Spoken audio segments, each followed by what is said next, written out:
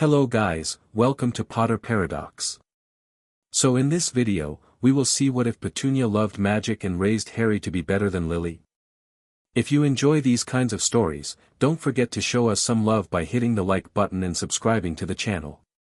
Your support means the world to us. Now, let's start the story. Chapter 1, The boy who was loved. Harry Potter sprinted through the tiny garden behind number 4, Privet Drive, his untamed black hair whipping in the wind as he dodged imaginary curses. His small hands clutched a stick that, in his mind, shot spectacular jets of red light. "Expelliarmus," he shouted, pointing the makeshift wand at the garden gnome. "Got you." From the kitchen window, Petunia Evans smiled as she watched her nephew play. Unlike the pristine, sterile house that once might have existed in another lifetime, their home burst with evidence of a happy childhood. Drawings of magical creatures lined the refrigerator door. Books, both mundane and secretly magical, spilled from shelves in nearly every room. "Harry! Lunch is ready," Petunia called, setting down a plate of sandwiches cut into lightning bolt shapes. A silly tradition she'd started on his 5th birthday that somehow stuck. The boy dashed inside, cheeks flushed and green eyes bright with excitement. "Aunt Toonie. I disarmed 3 dark wizards and rescued a hippogriff. All before lunch." "Impressive," Petunia laughed, ruffling his hair as he climbed onto his chair. "Eat up. Remus is coming over this afternoon." Harry's face lit up. "Is he bringing more books?" "Probably. That man treats the Flourish and Blots discount section like his personal mission."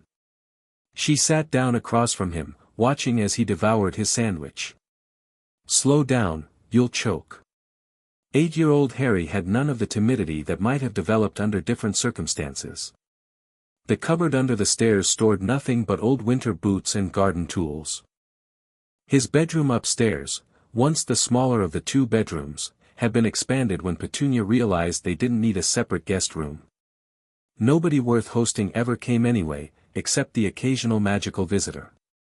"What are we learning today? Will he show me how to make stuff fly? Or maybe turn things different colors?" Harry asked between bites. Petunia wiped a smudge of mustard from his chin. "You know the rules. No wands until you're 11.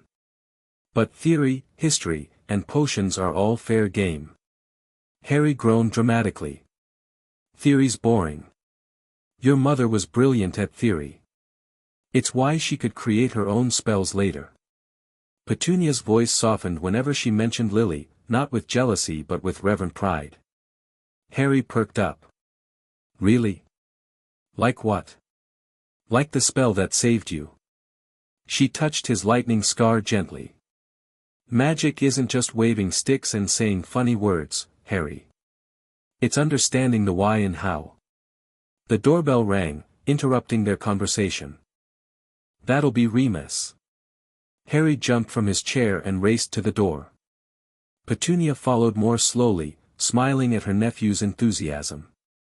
This was nothing like the life she'd imagined for herself growing up.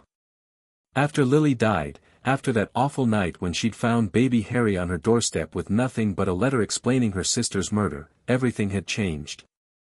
She'd almost called Vernon that night, they'd been dating casually, but something stopped her. Instead, she'd called the only other number she had, one Lily had given her, just in case.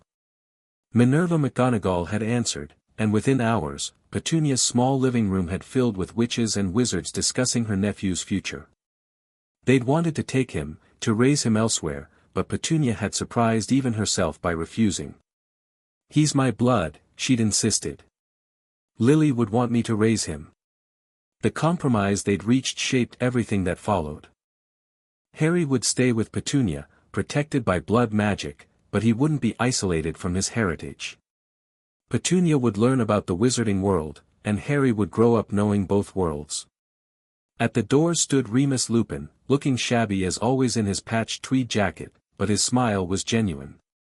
The monthly visits had been Dumbledore's idea, but they'd quickly become something Remus clearly looked forward to. "Uncle Remus." Harry launched himself at the wizard.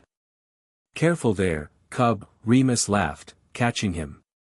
You're getting stronger every month. Petunia nodded a greeting. Their relationship had evolved from awkward to comfortable over the years. Tea's ready in the kitchen. He's been bouncing off the walls waiting for you. Remus set down his worn leather satchel and pulled out several books. I brought something special today. Your mother's old charms notebook from 6th year. Harry's eyes widened. For real? With her actual writing and stuff? Complete with doodles in the margins, Remus confirmed. McGonagall found it while cleaning out an old storage cupboard at Hogwarts. Petunia felt her throat tighten. 7 years after her death, these little pieces of Lily still appeared occasionally, like messages from beyond. She took the notebook, running her fingers over the faded cover with Lily Evans written in familiar looping handwriting. This is wonderful, Remus. Thank you. The trio settled in the kitchen. While Harry flipped eagerly through his mother's notes, Remus updated Petunia in hushed tones about the wizarding world. These unofficial briefings weren't sanctioned by Dumbledore, but Remus believed Petunia deserved to know everything that might affect Harry's future. The Lestrange's appeals were denied again, he murmured. They'll remain in Azkaban. And the Malfoy boy continues to be groomed as the next pureblood standard-bearer. Petunia nodded, absorbing the information. Any word about him? She never said Voldemort's name, not from fear but from hatred. Nothing concrete. Dumbledore maintains he'll return eventually. Remus glanced at Harry, who was completely absorbed in his mother's notes. The preparations continue. Their conversation shifted as Harry exclaimed, Mom invented a cleaning charm for potion cauldrons. It says it works better than the standard one because it doesn't leave magical residue. Your mother hated how standard cleaning spells could interfere with delicate potions, Remus explained. She created several household spells that were more precise. Can you teach me? Harry asked eagerly. Theory only, Petunia reminded him. The afternoon unfolded as it usually did during Remus's visits. They worked through basic magical concepts, with Harry asking increasingly complex questions that sometimes stumped even Remus. Between lessons, Remus shared stories about Lily and James that made Harry laugh until tears streamed down his face. And then your father turned Professor McGonagall's desk into a giant wheel of cheese. Remus chuckled. She was livid, but secretly impressed by the transfiguration work. Harry soaked up these stories like a sponge. Unlike the mysterious, saintly figures they might have been in another life, Lily and James Potter were real people to Harry, brilliant but flawed, brave but sometimes foolish. Was Dad good at potions too? Harry asked. Terrible, Remus admitted. But he could transfigure anything into something else on his first try. Different talents. As evening approached, Petunia prepared dinner while Harry and Remus moved to the living room. Through the doorway, she watched as Remus guided Harry through a meditation exercise designed to help young wizards sense their magic. Close your eyes, Remus instructed. Feel the energy inside you. Like a warm current running through your body. Harry sat cross-legged on the carpet, eyes squeezed shut in concentration. His small face scrunched up adorably, reminding Petunia so much of Lily at that age that her heart ached. I feel something. Harry suddenly exclaimed. Like, buzzing bees under my skin. Remus nodded approvingly. That's it. That's your magic responding to your awareness. Remember that feeling. Later, after dinner and after Remus had departed with promises to return next month, Petunia sat on the edge of Harry's bed for their nightly routine. Tell me about Mom and Dad, Harry requested, as he did nearly every night. Petunia smoothed his blanket. Your mother could make a flower bloom in her hand before she even knew what magic was. I was the first person she showed. We'd sit in the garden for hours, making daisies open and close. Were you jealous? Harry asked, repeating a question he'd asked many times before. No, Petunia answered truthfully. I was amazed. Proud to have such a special sister. In another world, perhaps jealousy might have poisoned her heart, but in this one, she protected that childlike wonder. When she got her Hogwarts letter, we danced around the living room together, Petunia continued. I helped her pack. I made her promise to write every week, which she did. And Dad? How did they meet? On the Hogwarts Express. Your father was showing off, naturally. Petunia smiled. Your mother thought he was an arrogant torag. She wasn't wrong, but he got better. Harry yawned widely. I'm gonna be great like them, Aunt Toonie. I promise. You already are, she whispered, kissing his forehead. In your own way. After Harry fell asleep, Petunia retreated to her small study. Unlike the rest of the house, this room was exclusively hers, her sanctuary. Photographs of Lily lined the walls, alongside pictures of Harry at various ages. Bookshelves held her personal magical library, books purchased secondhand from Flourish and Blots, journals Lily had left behind, and notebooks filled with Petunia's careful observations of Harry's magical development. She sat at her desk and pulled out her current project, a comprehensive timeline of everything she knew about Lord Voldemort, compiled from conversations with Remus, Minerva, and occasionally Dumbledore himself. Knowledge was power, and Petunia was determined that Harry would have every advantage. The telephone rang, startling her from her research. Ms. Evans? This is Mrs. Peterson from Stonewall Primary. The voice sounded nervous. There's been an incident with Harry. Petunia's grip tightened on the receiver. What kind of incident? Nothing bad, exactly. But, well, during art class today, his painting of an owl seemed to move. The other children were quite upset. The teacher thought she might have imagined it, but, I'll speak with him, Petunia interrupted. Harry has a vivid imagination. The other children probably got caught up in his storytelling. After hanging up, Petunia sighed. These incidents were becoming more frequent as Harry grew older. His magic was strengthening, becoming harder to contain. Perhaps it was time for another conversation with Dumbledore about early training. The next morning over breakfast, Petunia addressed the school incident. Harry, did something happen in art class yesterday? Harry froze mid-bite, then slowly set down his spoon. Maybe. Mrs. Peterson called. Something about a moving painting? Harry's shoulders slumped. I didn't mean to. I was thinking about how cool it would be if the owl could fly like the paintings at Hogwarts that Remus told me about, and then it just flapped its wings a little. Petunia reached across the table to take his hand. You're not in trouble. But we need to be more careful. I know. Statute of secrecy and all that. Harry recited the phrase he'd heard countless times. It's not just that. There are people who would be very interested to know how powerful your accidental magic is getting. Petunia chose her words carefully. Not everyone who survived the war changed sides afterward. Harry nodded solemnly. At 8, he understood more about wizarding politics than most adult muggles. Another way this Harry differed from what might have been. Maybe we should practice more control exercises, Petunia suggested.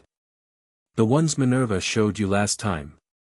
They're boring, Harry groaned. Boring but necessary. Like vegetables. Their morning routine continued with Harry gathering his school things while Petunia prepared for her shift at the local library. Her job provided just enough flexibility to accommodate their unusual circumstances, plus unlimited access to books that Harry devoured at an alarming rate. Can we go to Diagon Alley this weekend? Harry asked as they walked to the bus stop. I want to see if the new Nimbus is out yet. Not this weekend, Petunia replied. But I thought we might visit Godric's Hollow instead. Harry stopped walking. Really? To see their house? Petunia nodded. And the memorial? It's been a while since our last visit. Unlike in another potential timeline, Harry had visited his parents' graves several times. Petunia believed in confronting grief directly rather than avoiding it. The ruins of the Potter cottage stood preserved as a memorial, visible only to magical folk and those accompanied by them. "Cool," Harry said softly, clearly emotional but trying to sound casual. "Can we bring flowers for Mom?" "Lilies," Petunia confirmed. "Always lilies." At the bus stop, Petunia straightened Harry's collar. "Remember, just a normal day at school. No magic, no talk of Hogwarts." I know," Harry rolled his eyes good-naturedly. "Just a regular kid." But as the bus approached and Harry's fingers twitched with excitement, causing the stop sign nearby to wobble slightly, Petunia knew her nephew would never be just anything. After school, they followed their usual Thursday routine, a visit to Mrs. Fig, who despite her squib status, provided another link to the magical world. Her house smelled of cabbage and cat litter, but she treated Harry like a grandson and slipped him chocolate frogs when Petunia pretended not to notice. Minerva sent an owl this morning, Mrs. Fig informed them as Harry played with her newest kittens. "Severus will be visiting next week." Petunia's lips thinned. "Must he?" "Dumbledore insists. Something about preparing Harry for potions fundamentals." Their relationship with Severus Snape remained complicated. He'd been devastated by Lily's death and initially refused to have anything to do with Harry. But over time, Dumbledore had convinced him that teaching Lily's son was a way to honor her memory. "He's getting better with Harry," Mrs. Fig offered. "Last time, he only called him insufferable once." "Progress," Petunia said dryly. Harry looked up from the kittens. "Is Professor Snape coming?" "Brilliant. I want to ask him about the dragon blood uses I read about." Petunia marveled at Harry's enthusiasm for learning, even from the Dar Potions master. In this timeline, without the shadow of abuse and neglect, Harry's natural intellectual curiosity flourished. Not quite Lily's intuitive brilliance or James's effortless talent, but something uniquely his own, a determined, methodical approach to magic that impressed even Severus, though he'd never admit it. That evening, after homework and dinner, Harry approached Petunia with Lily's charms notebook. "Aunt Toonie. There's a spell in here I don't understand. Mom wrote it helps with bad dreams, but the incantation looks weird." Petunia examined the page. "This might be one she created herself. We should ask Remus or Minerva about it." "Could we try it?" Harry asked hopefully. "I had that nightmare again last night." Petunia hesitated. The recurring nightmare, green light, high-pitched laughter, had plagued Harry for years. Dumbledore believed these weren't simple dreams but actual memories of the night Voldemort attacked. "We shouldn't attempt spells without guidance," she said gently. "But I have another idea." From her bedroom, she retrieved a small crystal phial containing swirling silver-blue light, a memory that Minerva had extracted for her years ago. "I was saving this for when you're older, but perhaps now is the right time." "Is that a memory?" Harry asked, eyes wide. "Like for a pensieve?" "Yes. Minerva arranged it after I asked about happy memories of your parents. We can't use it without a pensieve, but..." She held the phial up to the light. "This contains the day your mother mastered her Patronus charm. One of her proudest moments."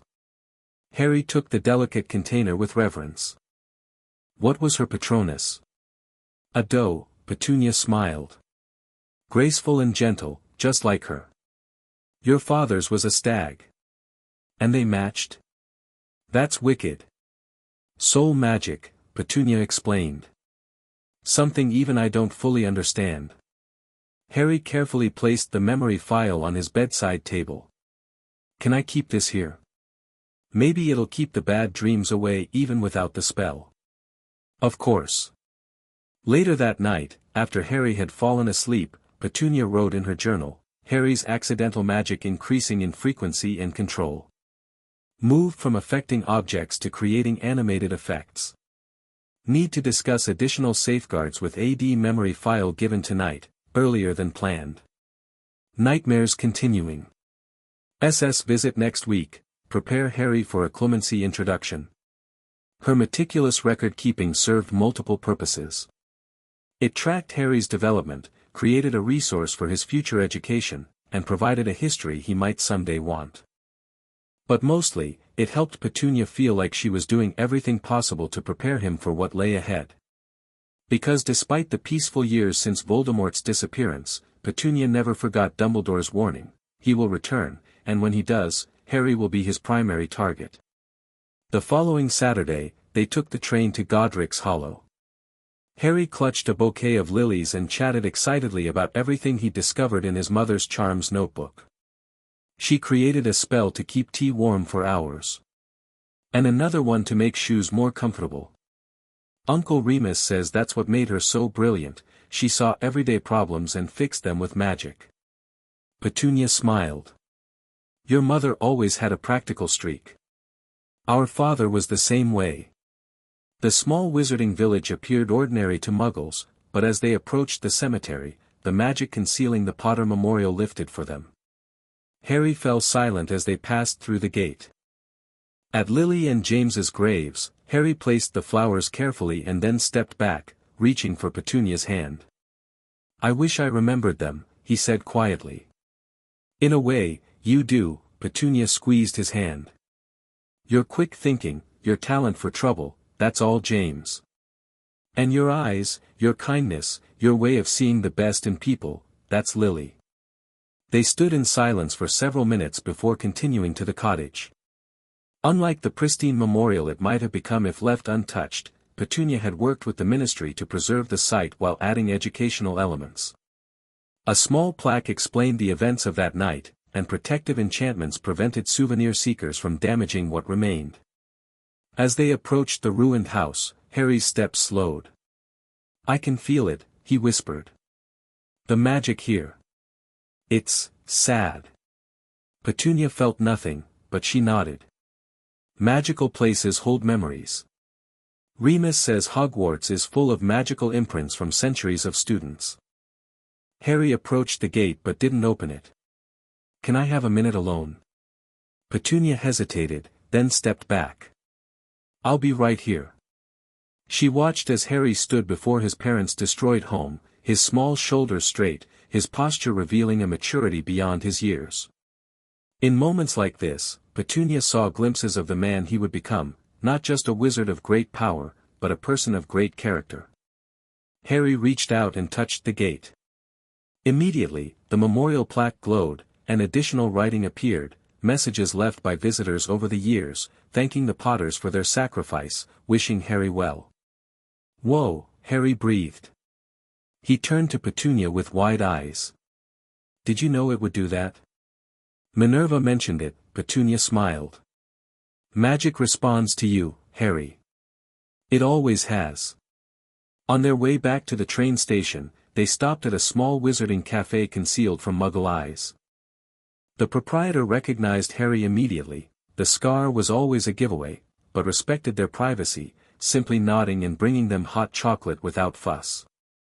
People stare less than they used to, Harry observed, wiping away his chocolate mustache. When I was little, they'd crowd around. They've grown more respectful, Petunia replied.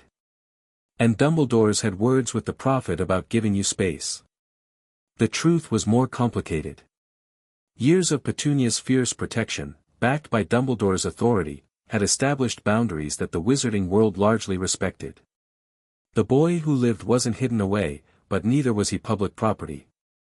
Their quiet moment was interrupted when the cafe door opened and a tall, aristocratic blonde woman entered, accompanied by a boy about Harry's age. Petunia stiffened immediately, recognizing Narcissa Malfoy from Remus's descriptions. Harry noticed her tension. What's wrong? Nothing, Petunia murmured. Finish your drink. But it was too late. Narcissa had spotted them and, after a moment's hesitation, approached their table. Mrs. Dursley, isn't it? Narcissa asked coolly. Ms. Evans, Petunia corrected, equally cool. Petunia Evans. Narcissa's eyes flicked to Harry, lingering on his scar. And young Mr. Potter. What a surprise. The blond boy stared openly at Harry, curiosity evident in his pointed face. Mrs. Malfoy, Petunia acknowledged. We were just leaving.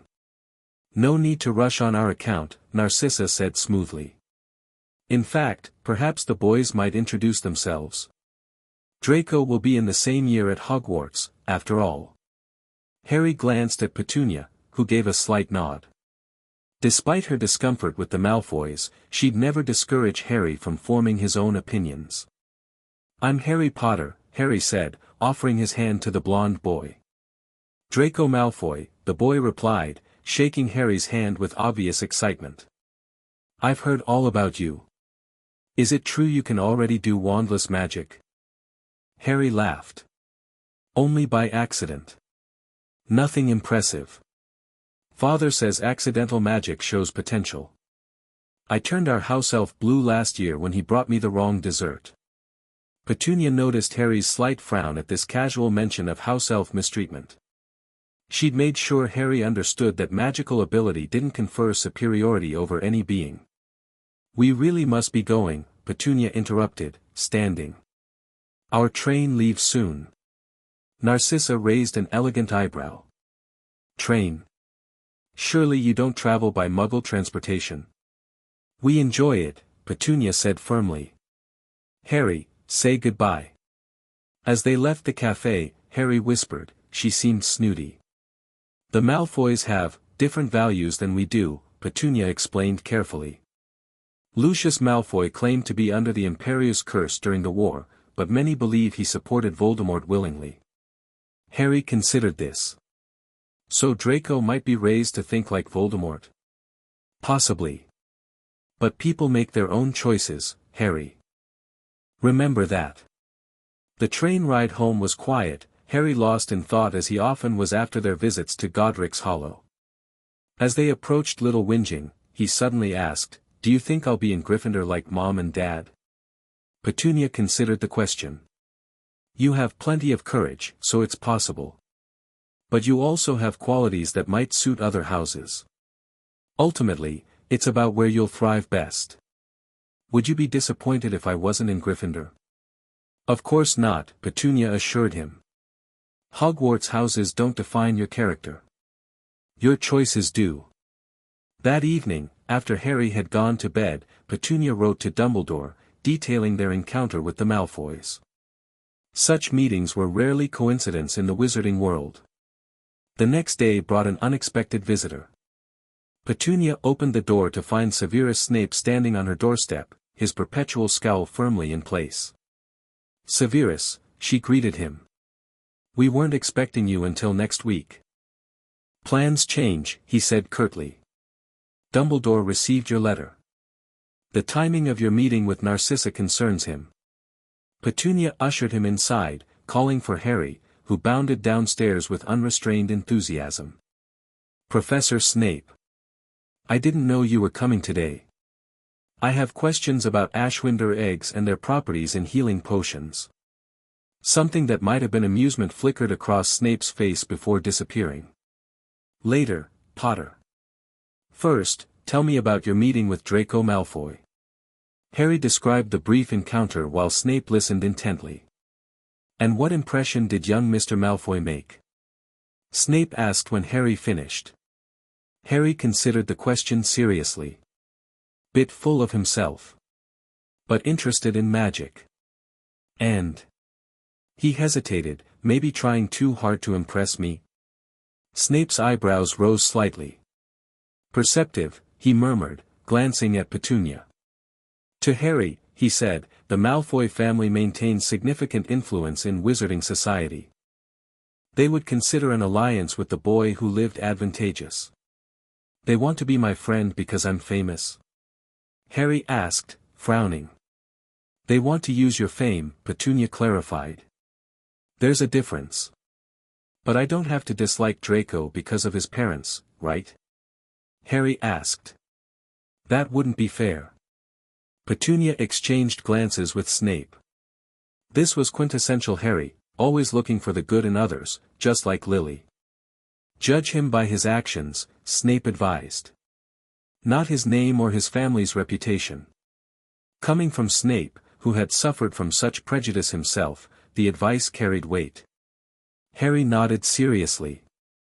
The impromptu potions lesson that followed was less tense than usual. Harry's genuine interest and preparation always seemed to soften Snape's harsh demeanor slightly. As he guided Harry through the preparation of a simple calming draught, using non-magical ingredients for safety, Petunia observed the careful precision in both their movements. "Your cutting technique has improved," Snape noted as Harry sliced dandelion roots. "You've been practicing." "Every night," Harry confirmed. "With vegetables for dinner." Petunia smiled. Harry had insisted on helping with meal preparation specifically to practice his potion skills. As they worked, Snape subtly tested Harry's occlumency potential, asking seemingly casual questions about his thoughts and feelings while instructing him to focus on the potion. "Clear your mind," Snape directed. "Focus only on the task at hand." Harry's brow furrowed in concentration as he stirred the mixture counterclockwise. "Like this?" "Better," Snape admitted. "Your mother had a natural aptitude for mental discipline. It served her well in potions and charm creation." These rare comparisons to Lily were Snape's highest form of praise, and Harry treasured them. Petunia noticed how he stood a little straighter afterward, his stirring even more precise. After Snape departed with a sample of Harry's potion, for analysis, Harry helped Petunia clean the kitchen. "Professor Snape was doing something weird today," he said suddenly. "When he asked me questions while I was focusing. It felt like he was looking for something in my head." Petunia paused in her wiping of the counter. "What makes you say that?" "I felt a sort of pressure." Harry struggled to explain. "Like someone pushing against a door in my mind." Petunia made a mental note to discuss this with Dumbledore. If Harry could sense basic legilimency attempts at 8, his natural occlumency potential might be significant. "That's very observant, Harry. We'll talk more about it with Professor Snape next time." The weeks that followed settled back into their routine. Harry attended his Muggle primary school during the day, where he maintained decent grades without standing out too much. Afternoons were split between normal childhood activities, football with neighborhood kids, video games, and comics, and his magical education. One Thursday afternoon in late spring, Harry burst through the door with unusual excitement. "Aunt Toonie! I did it! I really did it!" Petunia looked up from her book. "Did what?" "Controlled magic." Harry was practically vibrating with enthusiasm. "Billy Thompson was being mean to Sarah again, making her cry, and I got so angry, but instead of making something explode like last time, I concentrated really hard on what I wanted and made his shoelaces tie together. He tripped and everyone laughed and he left Sarah alone." Petunia wasn't sure whether to be proud or concerned. "You deliberately used magic at school." "Nobody saw how it happened," Harry assured her quickly. "They all thought he tied his own shoes wrong. But I knew. I made it happen on purpose." This was a significant development. Most magical children couldn't control their accidental magic before getting their wands. Deliberately directing it at Harry's age indicated exceptional potential. "That's impressive," Petunia acknowledged. "But also risky. We need to be careful about using magic around Muggles, even for good reasons." "I know," Harry nodded seriously. "But I figured out something important. When I focus on exactly what I want to happen, instead of just getting emotional, I can control it better." Petunia made tea while Harry explained his discovery in excited detail. His analytical approach reminded her of how Lily had described spell creation, identifying the precise effect desired, then channeling magic with clear intent. "This is why the theory is important," she pointed out. "Understanding how magic works helps you direct it better." Harry grudgingly admitted she was right, then asked, "Can I practice more at home? Where it's safe?" This presented Petunia with a dilemma. Encouraging underage, wandless magic went against ministry regulations. However, developing control would actually reduce the risk of dangerous accidental outbursts. Limited practice, she decided. With me supervising. And we tell Remus and Professor McGonagall about this development. Harry's controlled magic practice became part of their evening routine. For 15 minutes each night, he would attempt small feats of wandless magic, floating feathers, changing the color of water, or making small objects move. The results were inconsistent but promising. Minerva McGonagall visited after receiving Petunia's letter about Harry's progress. The stern witch observed Harry's practice session with increasing astonishment. "In all my years of teaching," she said afterward, "I've rarely seen such deliberate control before wand channeling. Albus will be very interested to hear about this." "Is it bad?" Harry asked anxiously. "Breaking the rules?" McGonagall's expression softened. "The rules exist to prevent magical accidents and exposure. What you're doing is the opposite, learning control to prevent accidents. That said, discretion is advisable." Petunia nodded. "We're keeping it strictly at home." "Wise," McGonagall agreed. "Lily would be proud of your progress, Harry. Both magical and academic." The mention of his mother made Harry beam with pride. "Do you think I'll be as good as her at charms?" "You'll be good in your own way," McGonagall replied. "Your magical signature is already showing its own unique characteristics." After McGonagall left, Harry asked, "What did she mean about my magical signature?" Petunia explained what she'd learned from years of discussions with magical mentors. Magic manifests differently in each witch or wizard. Your mother's was particularly suited to charms and potions, precise, flexible, creative. Your father excelled at transfiguration, powerful, decisive magic that required absolute confidence. What about mine? It's still developing, Petunia smiled. But from what Minerva and Remus have observed, your magic seems to be especially responsive to your protective instincts. Harry considered this. Like protecting Sarah from Billy? Exactly. And? Petunia hesitated, then continued, possibly connected to how you survived that night. Your mother's protective magic and your own natural affinity might have created something unique. As Harry's 9th birthday approached, Petunia planned a special celebration. Unlike in another possible timeline where birthdays might have passed unacknowledged, Harry's birthdays were always celebrated with a small party including his few close friends from school and their magical visitors. This year, she'd arranged something extra special. With Dumbledore's assistance, she'd organized a visit to the magical menagerie in Diagon Alley, followed by lunch at the Leaky Cauldron with Hagrid, who Harry had met only twice before. When she told Harry about the plan, he literally jumped with excitement. "We're going to Diagon Alley on my actual birthday. And meeting Hagrid? Brilliant." The morning of July 31st dawned bright and clear.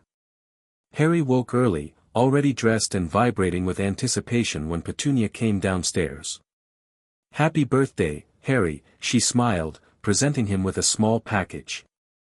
"Something to open before we go." Inside was a wand holster made of supple dragon hide.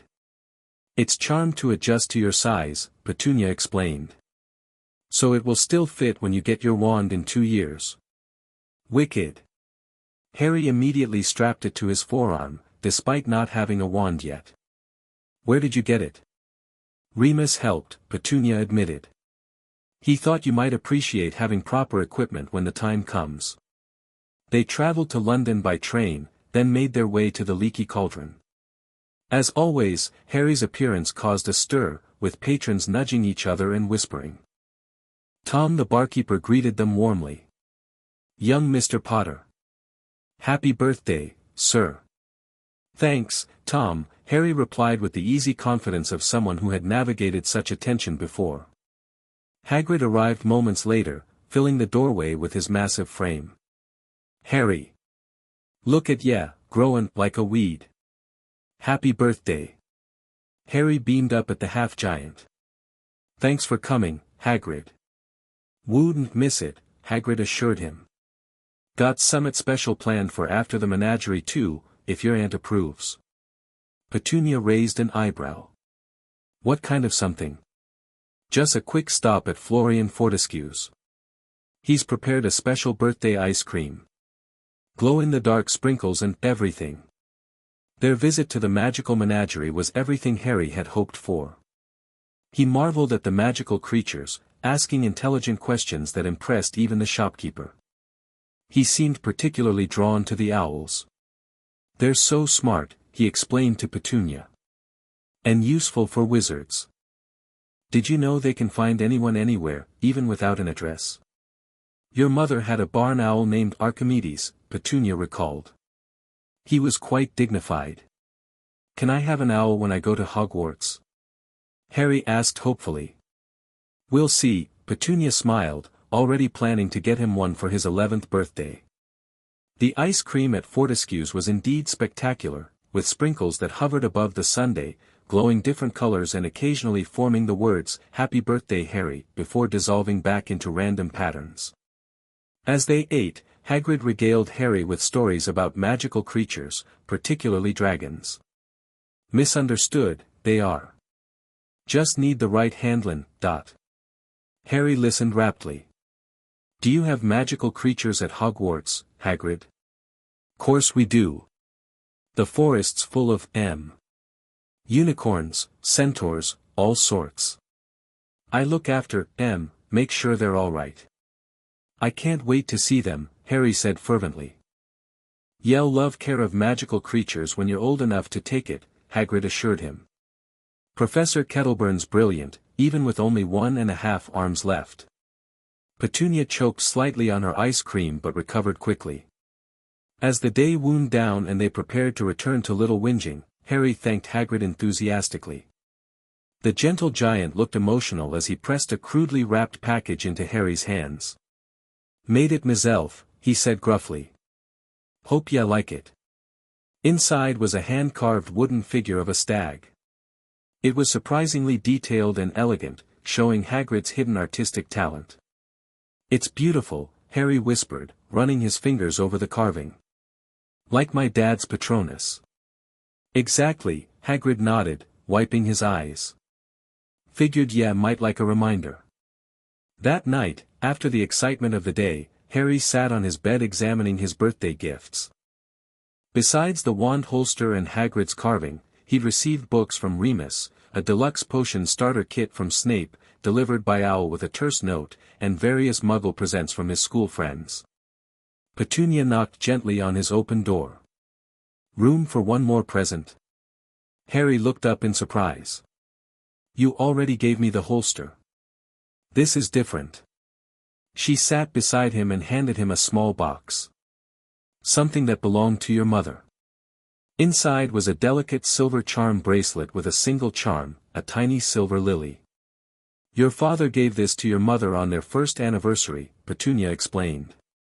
He added a new charm each year. There should have been many more, but... Harry carefully lifted the bracelet. It's pretty. But isn't jewelry for girls? It's not about jewelry, Petunia smiled. It's about connection. I thought you might keep it safe until someday, when you might want to give it to someone special. Or just have it as a keepsake. Harry nodded seriously, placing the bracelet carefully on his bedside table next to his mother's memory file and his father's carved stag. His collection of connections to his parents grew slowly but steadily. 9 years old, Petunia mused. Only 2 more years until Hogwarts. I can't wait, Harry admitted. But I'll miss you. We'll write every day if you want, Petunia assured him. And you'll come home for holidays. It won't be the same though. No, Petunia agreed. But that's how growing up works. New chapters begin. In the weeks following Harry's birthday, Petunia noticed subtle changes in his behavior. He became more focused during their evening practice sessions, more determined to master control over his magic. His questions grew more complex, often challenging even Remus's extensive knowledge. If intent matters so much in magic, Harry asked one evening, then why do we need specific incantations? Couldn't any word work if the intent is clear enough? Remus looked impressed. That's actually a subject of ongoing research in spell creation. Traditional incantations have power through centuries of use, creating magical pathways that are easier to access. But theoretically, yes, with enough power and perfectly clear intent, alternative incantations could work. Wicked, Harry breathed. So I could make up my own spells. With sufficient study and caution, Remus emphasized the last word. Spell creation is advanced magic, Harry. Even your mother didn't attempt it until her 6th year. Harry's determination only increased after these conversations. Petunia often found him practicing his wandless magic well beyond their agreed 15 minutes, or poring over magical theory books meant for much older students. Don't push too hard, she cautioned. You have time. But what if I don't? Harry asked seriously. Voldemort's still out there somewhere. Everyone says so. The question caught Petunia off guard. They'd never hidden the truth about Voldemort from Harry, but she hadn't realized how deeply he'd internalized the potential threat. That's not something you need to worry about yet, she assured him. Dumbledore and others are watching, preparing. But he'll come after me specifically, won't he? Because I didn't die last time. Petunia sat beside him on the couch, putting her arm around his thin shoulders. If that day comes, you won't face him alone. But right now, your job is to grow, learn, and be a child. The adults will handle the rest. Harry leaned against her, momentarily looking like the small boy he still was beneath the weight of his knowledge and destiny. I just want to be ready. You will be, she promised. When the time comes. As Harry's 9th year progressed into his 10th, his controlled magical abilities continued to develop. What had begun as simple tricks, floating feathers or changing water colors, evolved into more complex effects. He could now summon small objects from across the room, create minor illusions that lasted several minutes, and even perform basic transfigurations like turning matchsticks into needles, a first-year Hogwarts task. McGonagall observed these developments with increasing interest, occasionally bringing Dumbledore to witness Harry's progress. The headmaster watched with twinkling eyes as Harry demonstrated his abilities. Remarkable control, Dumbledore murmured after one such demonstration. And all without formal training. Is it unusual? Petunia asked quietly while Harry showed McGonagall his latest achievement, maintaining a lumos-like ball of light above his palm. Quite, Dumbledore confirmed. Young wizards occasionally manifest strong accidental magic, but deliberate wandless magic at this age is exceedingly rare. Should we be concerned? Dumbledore considered the question. Not concerned, precisely. But aware of the implications. Harry's magical core is unusually mature for his age, possibly because of his encounter with Voldemort as an infant. This early manifestation of control suggests he may develop considerable power as he matures. And power attracts attention, Petunia concluded. Indeed. Which is why we've maintained these protective measures all these years. Dumbledore's expression grew serious. The blood protection remains our strongest defense, but as Harry grows older and ventures further from home, additional precautions may be necessary. These conversations reinforced Petunia's determination to prepare Harry not just magically, but emotionally and ethically for the challenges ahead. Unlike in another possible timeline where Harry might have arrived at Hogwarts naive and unaware of his place in the wizarding world, this Harry would enter fully informed, about his fame, his parents' sacrifice, and the potential threats he might face. As Harry's 10th birthday approached, bringing him ever closer to his Hogwarts letter, Petunia found herself reflecting on the journey they'd shared. The frightened, angry young woman who'd found a baby on her doorstep had grown into someone she'd never expected to be, a guardian of magical knowledge, a fierce protector, and above all, a loving aunt. One evening, as Harry practiced his wandless magic in the garden, now able to make flowers bloom just as Lily once had, Petunia watched from the kitchen window with a mixture of pride and melancholy. In just over a year, he would board the Hogwarts Express, beginning the next chapter of his extraordinary life. But for now, he was still her boy, the child who'd brought magic back into her life after Lily's death, who'd given her purpose and joy through the darkest of times. And whatever the future held, whatever challenges awaited him at Hogwarts and beyond, Petunia knew one thing with absolute certainty: Harry Potter, the boy who lived, would never doubt that he was loved. Chapter 2, Letters and Legacy. The Hogwarts letter arrived exactly as expected, carried by a tawny owl that swooped through the kitchen window during breakfast on Harry's 11th birthday. Harry nearly knocked over his orange juice lunging for the envelope. "It's here," he shouted, waving the parchment triumphantly. "Look, Aunt Toonie." Petunia smiled over her coffee cup. "Were you worried it wouldn't come?" "Course not," Harry said, but his excited fingers trembled slightly as he broke the wax seal. "But it's different actually holding it." The thick parchment felt important in his hands. After years of preparation, years of stories and lessons and waiting, the official invitation to enter his parents' world had arrived. Harry ran his fingers over the emerald green ink, tracing the address written with impossible precision: Mr. H. Potter, the second bedroom 4, Privet Drive, Little Whinging, Surrey. "They really do know exactly where you sleep," Petunia mused. "Bit creepy if you think about it." Harry laughed, pulling out the letter inside. He read aloud: "Dear Mr. Potter, we are pleased to inform you that you have been accepted at Hogwarts School of Witchcraft and Wizardry." His voice cracked slightly with emotion. Petunia reached across the table and squeezed his hand.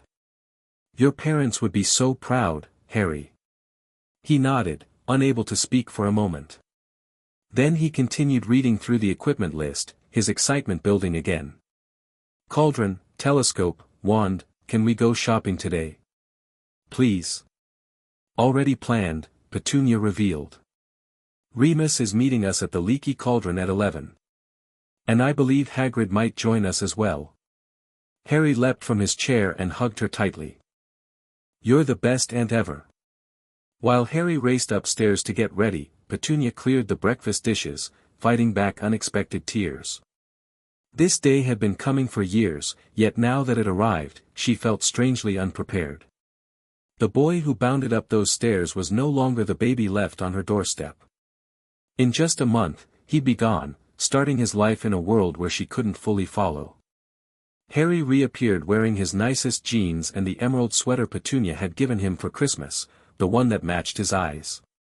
His hair, as always, stuck up in rebellious tufts despite his obvious attempts to flatten it. "D'you think we can go to Ollivander's first?" he asked, practically bouncing with excitement. "For my wand." "I thought we'd save that for last," Petunia replied, grabbing her handbag. "Best to finish with the most important item, don't you think?" The journey to London passed in a blur of Harry's non-stop chatter. He'd been to Diagon Alley many times over the years, but always as a visitor. Today he'd be shopping as a Hogwarts student, officially entering the wizarding world as more than just the famous boy who lived. The Leaky Cauldron was crowded when they arrived, but Remus had secured a corner table away from curious onlookers. His face lit up when he spotted Harry. "There he is." Remus stood, arms open for Harry's enthusiastic hug. "The birthday boy. And with his Hogwarts letter, I see." Harry proudly displayed the parchment. "It came this morning." As if there was any doubt, rumbled a deep voice, and Harry spun to find Hagrid towering behind him. "Hagrid." Harry launched himself at the half-giant, who caught him in a bone-crushing hug. "Happy birthday, Harry." Hagrid set him down gently. "Got summit special for ya." He produced a small cardboard box with air holes punched in the top. Harry took it carefully, his eyes wide as the box hooted softly. "Is this?" "Open it and see," Hagrid urged, beaming through his wild beard. Inside was a beautiful snowy owl, who blinked amber eyes at Harry before nipping his finger affectionately. "She's gorgeous." Harry breathed. "Really for me?" "Every proper wizard needs an owl," Hagrid declared. "And she's a smart one, picked her special." "Thank you." Harry stroked the owl's soft feathers. "I'm gonna call her Hedwig. I read about her in a history of magic." Petunia exchanged glances with Remus, both smiling at Harry's enthusiasm. Unlike a version of Harry who might have grown up ignorant of magic, this Harry approached each new magical experience with informed excitement rather than bewilderment. After a quick birthday lunch, during which Tom the barkeeper brought out a small cake with candles that sang, "Happy Birthday," in squeaky voices, the group headed for the brick wall entrance to Diagon Alley. "Would you like to do the honors?" Remus asked, gesturing to the wall. Harry nodded eagerly. He'd watched others open the passage dozens of times but had never done it himself. Borrowing Remus's wand, he carefully tapped the correct bricks in sequence. His face broke into a delighted grin as the bricks rearranged themselves into an archway. Diagon Alley bustled with preterm activity, filled with families shopping for school supplies. Harry, unlike many first-years who gaped in amazement, strode confidently into the familiar street, Hedwig's cage tucked securely under one arm. "Gringotts first, I think," Petunia suggested. "You'll need spending money for the term." The imposing white marble building loomed ahead, guarded by goblins in scarlet uniforms. Harry had visited his vault before, but today felt different. Today he was withdrawing money for his education, just as his parents had planned.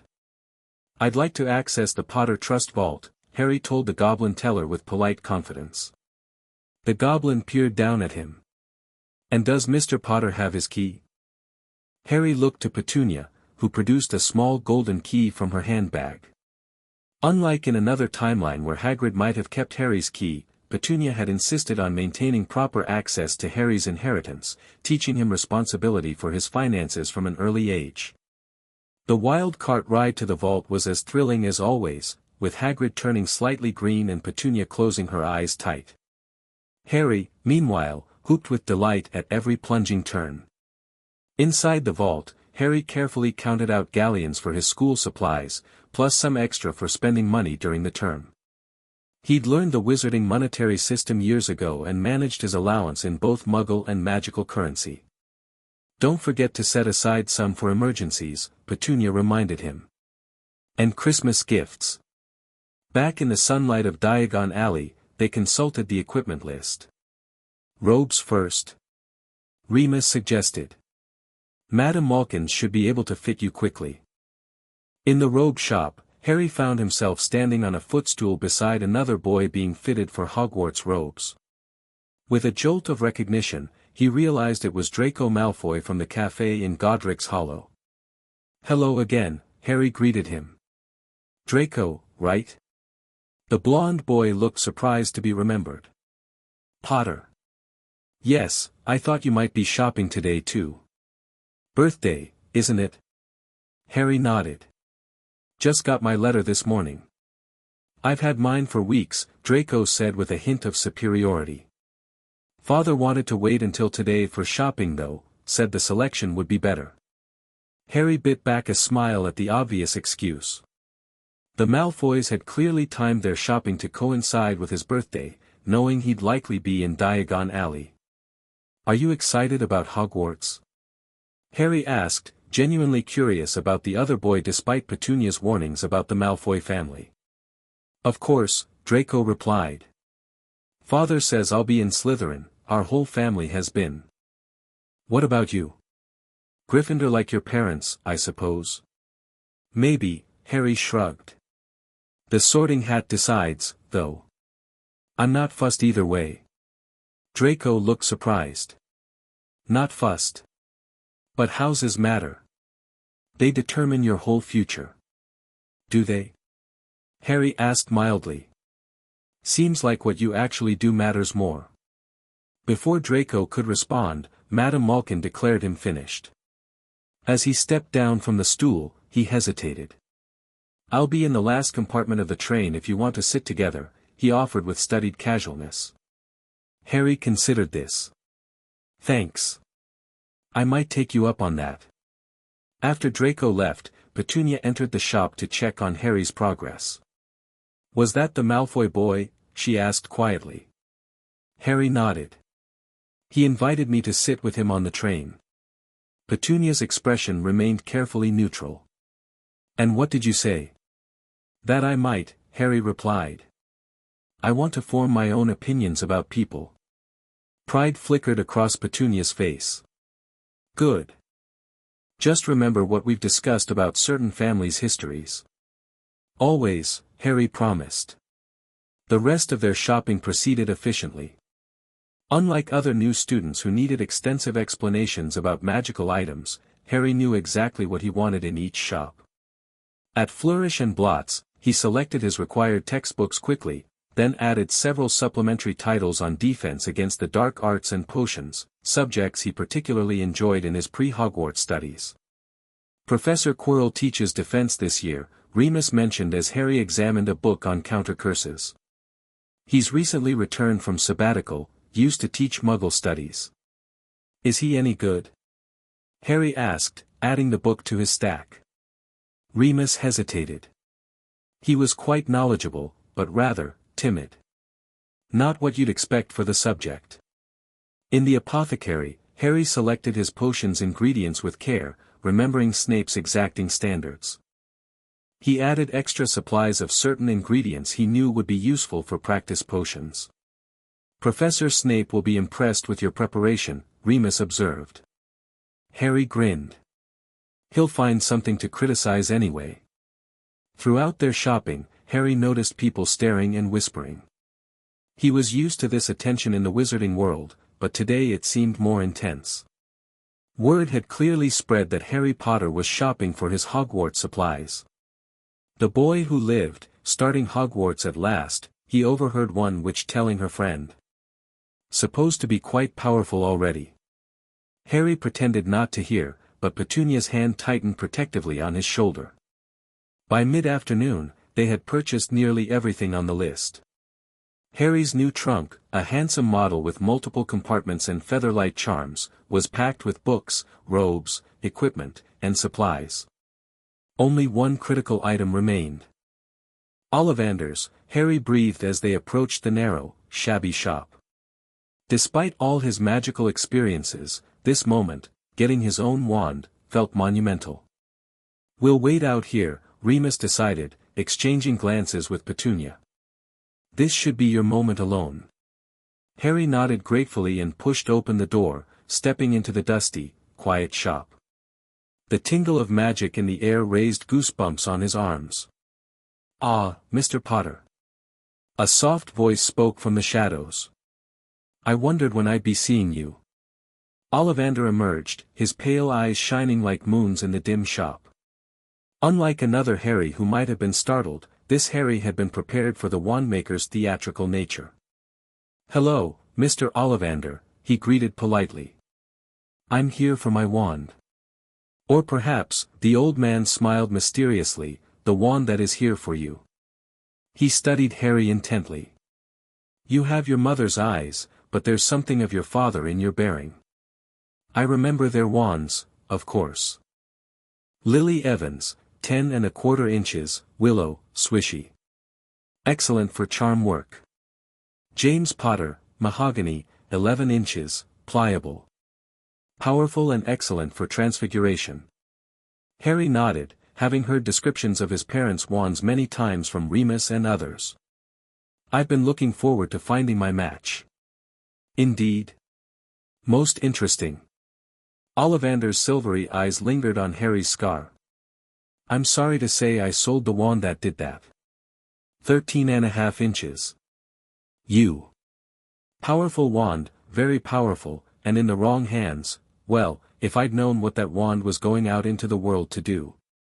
You couldn't have known, Harry said quietly. Wands don't make wizards evil, their choices do. Ollivander looked startled, then pleased. Wisdom beyond your years, Mr. Potter. Now, let's find your match, shall we?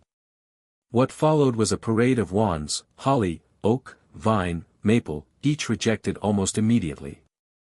Unlike a less prepared Harry who might have grown discouraged, this Harry understood the process and waited patiently, knowing the right wand would eventually respond. Tricky customer, eh? Ollivander seemed delighted rather than frustrated. Not to worry, the perfect match is here somewhere. After nearly 20 attempts, Ollivander paused, a thoughtful expression crossing his face. I wonder. He disappeared into the back of the shop and returned with a dusty box. Try this one. Holly and Phoenix Feather, 11 inches, nice and supple. The moment Harry's fingers closed around the wand, he knew. Warmth spread up his arm, and when he gave it a wave, a stream of red and gold sparks shot from the end like fireworks. Oh, bravo! Ollivander clapped. Yes, indeed, very good. Well, how curious. What's curious? Harry asked, though from Remus's lessons on wand lore, he suspected the answer. I remember every wand I've ever sold, Mr. Potter. Every single wand. It so happens that the phoenix whose tail feather is in your wand, gave another feather, just one other. It is very curious indeed that you should be destined for this wand when its brother, why, its brother gave you that scar. Harry nodded solemnly. Voldemort's wand. Ollivander flinched at the name but looked impressed. Yes. The wand chooses the wizard, Mr. Potter. I think we must expect great things from you. After all, he who must not be named did great things, terrible, yes, but great. I hope to do great things too, Harry said quietly. But not terrible ones. Outside, Harry showed his wand proudly to Petunia, Remus, and Hagrid. He explained about the phoenix feather connection to Voldemort's wand, noting their concerned expressions. Dumbledore will find this significant, Remus murmured. Does it mean something bad? Harry asked. That our wands are brothers? Not bad, Remus assured him. Just meaningful. Magic often works in patterns that aren't immediately obvious. Their shopping complete, they returned to the Leaky Cauldron. Hagrid departed with a final birthday hug for Harry, while Remus joined them for dinner before heading back to Little Whinging. The remaining weeks before September 1st passed in a whirlwind of preparation. Harry read through his textbooks, practiced simple wand movements, without actually casting spells, and organized his trunk with meticulous care. Petunia found him one night sitting cross-legged on his bedroom floor, his wand balanced across his palms. Can't sleep? She asked, sitting beside him. Harry shook his head. Just thinking about Mom and Dad. They held this wand, you know, when they were at Ollivander's getting their own wands. They stood where I stood. Petunia wrapped an arm around his shoulders. They'd be so proud of you, Harry. Not because you're famous or powerful, but because you're kind and thoughtful. I wish they could see me go to Hogwarts, he said softly. They will, in a way, Petunia assured him. Through McGonagall and Flitwick and all the professors who taught them. Through the hallways they walked and the classrooms where they learned. On the morning of September 1st, Harry woke before dawn, too excited to sleep. He double-checked his trunk, made sure Hedwig's cage was clean, and changed his outfit 3 times before settling on jeans and a comfortable sweater. Petunia drove them to King's Cross, her knuckles white on the steering wheel. They'd made this journey together to drop off luggage the previous day, so Harry could show her how to access platform 9 3/4. Got your ticket? She asked as they unloaded his trunk onto a trolley. Right here, Harry patted his pocket. And I'll write tonight after the sorting. The station bustled with Monday morning commuters. As they approached the barrier between platforms 9 and 10, they spotted several other families with obvious Hogwarts trunks and owls. A plump, red-haired woman surrounded by 4 boys and a young girl caught Harry's eye. Packed with muggles, of course, she was saying loudly. Now, what's the platform number? 9 3/4, piped the small girl. Mom, can't I go? Harry recognized them immediately from Remus's descriptions. That must be the Weasleys, he whispered to Petunia. One by one, the red-haired boys disappeared through the barrier. Harry approached politely when only the mother and daughter remained. Excuse me, he said. Are you Mrs. Weasley? The woman turned with a warm smile. Yes, dear. First time at Hogwarts? Ron's knew too.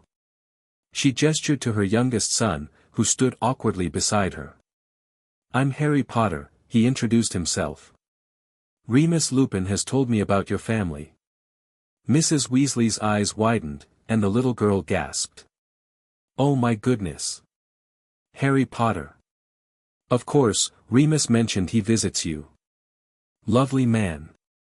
Ron stared openly at Harry's forehead. "Have you really got the... you know?" He pointed. "Ronald," his mother scolded. "It's okay," Harry laughed, lifting his fringe to show the lightning scar. "And yes, I'm just starting at Hogwarts. This is my aunt, Petunia Evans." Mrs. Weasley shook Petunia's hand warmly. "Molly Weasley. You've done a wonderful job with him, by all accounts." "Thank you," Petunia said, looking touched. "It's been my privilege." "Best go through quickly before the train leaves," Mrs. Weasley advised. "Just walk straight at the barrier, don't stop and don't be scared." Harry turned to Petunia for their goodbye. To his surprise, tears shone in her eyes. "Don't cry, Aunt Toonie," he pleaded, hugging her tight. "I'll be home for Christmas." "I'm not sad," she insisted, wiping her eyes. "I'm proud. So proud of who you're becoming." "I'll write tonight after the sorting," Harry promised again. "And tell you everything." "You'd better," she smiled, kissing his cheek. "Now go, before I really start crying." Harry pushed his trolley toward the barrier, breaking into a run as he approached. The solid-looking wall dissolved around him, and suddenly he was standing on platform 9 3/4, the scarlet Hogwarts Express gleaming in the morning light. The platform teemed with students and parents, cats winding between legs, owls hooting indignantly in cages. Harry pushed his trolley through the crowd, looking for an empty compartment. He spotted the Weasley twins helping a round-faced boy find his toad, and further along, Draco Malfoy being fussed over by his elegant mother. Harry hesitated, remembering Draco's invitation to sit together. Before he could decide, Ron Weasley appeared beside him. "Need help with your trunk?" he offered. "My brothers could give us a hand." "Thanks," Harry smiled, deciding in that moment to keep his options open. With the twins' help, they loaded Harry's trunk onto the train. Fred and George's eyes widened when they realized who Harry was, but unlike many others, they joked about it rather than gawking. "Are you really Harry Potter?" asked one twin. "The one and only," Harry confirmed with a grin. "Brilliant," said the other twin. "We're Fred and George Weasley. If you need to know anything about Hogwarts, especially the parts they don't tell you in Hogwarts, a history, we're your men." Harry laughed. "I'll keep that in mind." He and Ron found an empty compartment near the middle of the train. As they settled in, Harry noticed Ron's sideways glances at his scar. "Go ahead," he said good-naturedly. "Ask what you want to know." "I don't mind." Ron's ears turned pink. "Is it true you live with your Muggle aunt but still learned magic before Hogwarts?" "Partly true," Harry explained. "My aunt's a Muggle, but she made sure I knew about magic. Professor Lupin visited to teach me basic theory, and sometimes Professor McGonagall or others came by too." "Wicked," Ron breathed. "So you already know loads of spells?" "Theory mostly," Harry clarified. "I've only tried actual spellwork a few times."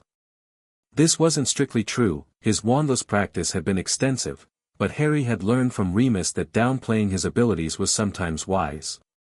The train whistle blew, and the platform erupted in last-minute goodbyes. Harry leaned out the window, scanning the crowd for a final glimpse of Petunia, but she had already left. As the train pulled away from the station, Ron asked, "Is it true you can remember what you-know-who looks like?" Harry considered this. Another Harry might have been uncomfortable, but years of processing his past with Petunia's help had given him perspective. "Not clearly," he answered honestly. "I remember green light and a high laugh. That's about it." Ron stared at him with a mixture of awe and sympathy that Harry found refreshing, genuine interest rather than mere celebrity worship. Their conversation was interrupted when the compartment door slid open to reveal a girl with bushy brown hair and rather large front teeth. "Has anyone seen a toad?" "A boy named Neville's lost one," she said in a bossy voice. "No toads here," Ron replied. The girl's attention shifted to Harry. "You're Harry Potter. I've read all about you. I'm Hermione Granger." She spoke very fast. "I've memorized all our course books, of course. Nobody in my family's magic at all, so it was ever such a surprise when I got my letter, but I was ever so pleased, of course. I mean, it's the very best school of witchcraft there is, I've heard." "Take a breath, Hermione," Harry interrupted with a friendly smile. "Nice to meet you." She blushed slightly. "Sorry. I talk too much when I'm nervous. You've probably known about Hogwarts forever." "Not forever," Harry said kindly. "My aunt's non-magical too. We learned together." Hermione looked intrigued. "Really? That must have been fascinating, having that perspective on magical education. I've been trying to understand the cultural divide between magical and non-magical society. The integration points seem remarkably limited considering, blimey, do you ever stop for air?"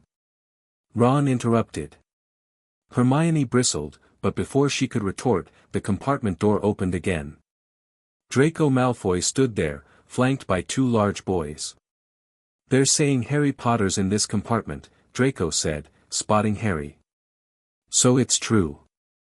I was waiting in the back like I mentioned, but I heard you were sitting elsewhere."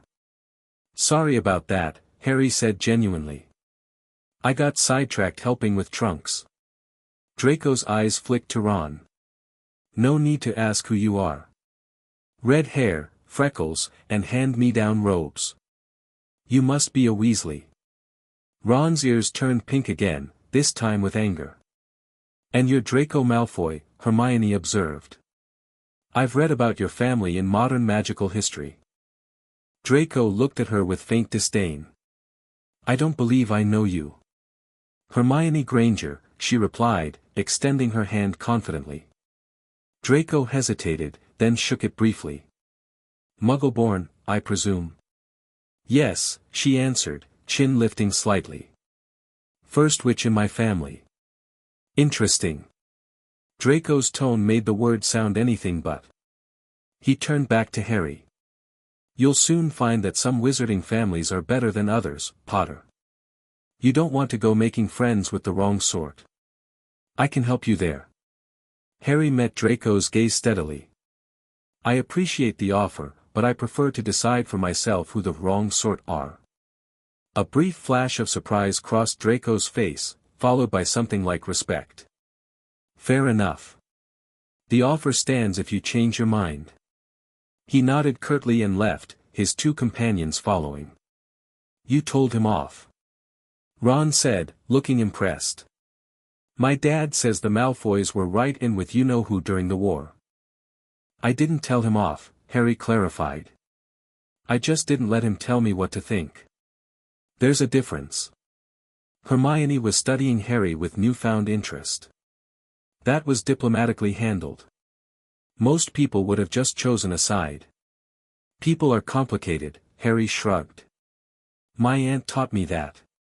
The countryside sped past as they continued their journey. The conversation flowed easily between magical theory, with Hermione, Quidditch, with Ron, and Harry's questions about growing up in a wizarding family. When the trolley witch came by, Harry bought a selection of treats for them to share. "Bertie bots every flavor beans," Harry explained to Hermione as he opened a box. "And they mean every flavor. I got a liver-flavored one once." "These aren't real frogs, are they?" Hermione asked as Ron handed her a chocolate frog. "Nah, just enchanted chocolate," Ron assured her. "It's the cards you want, famous witches and wizards." Harry had collected the cards for years but still enjoyed them. "Who'd you get?" he asked as Hermione opened hers. "Dumbledore," she read. "Currently headmaster of Hogwarts. Considered by many the greatest wizard of modern times, Dumbledore is particularly famous for his defeat of the dark wizard Grindelwald in 1945. I've got about 6 of him, Ron said casually. Got Agrippa? As evening fell, they changed into their school robes. Harry felt a thrill of anticipation as he fastened his plain black cloak. Soon it would bear his house colors, but which ones? My whole family's been in Gryffindor, Ron said anxiously.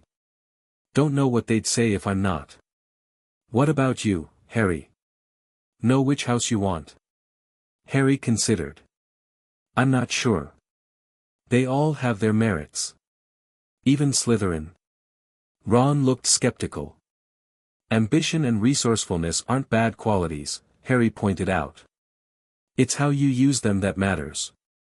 That's very insightful, Hermione commented. I've been hoping for Gryffindor. Dumbledore himself was in it, but Ravenclaw wouldn't be bad either. The train slowed and finally stopped at Hogsmeade Station. A lamp bobbed above the heads of the students, and Hagrid's booming voice called, "Fur's years. Fur's years over here." Harry grinned at the familiar face. "Hi, Hagrid." "All right there, Harry." Hagrid beamed through his wild beard. "Come on, follow me, any more Fur's years?"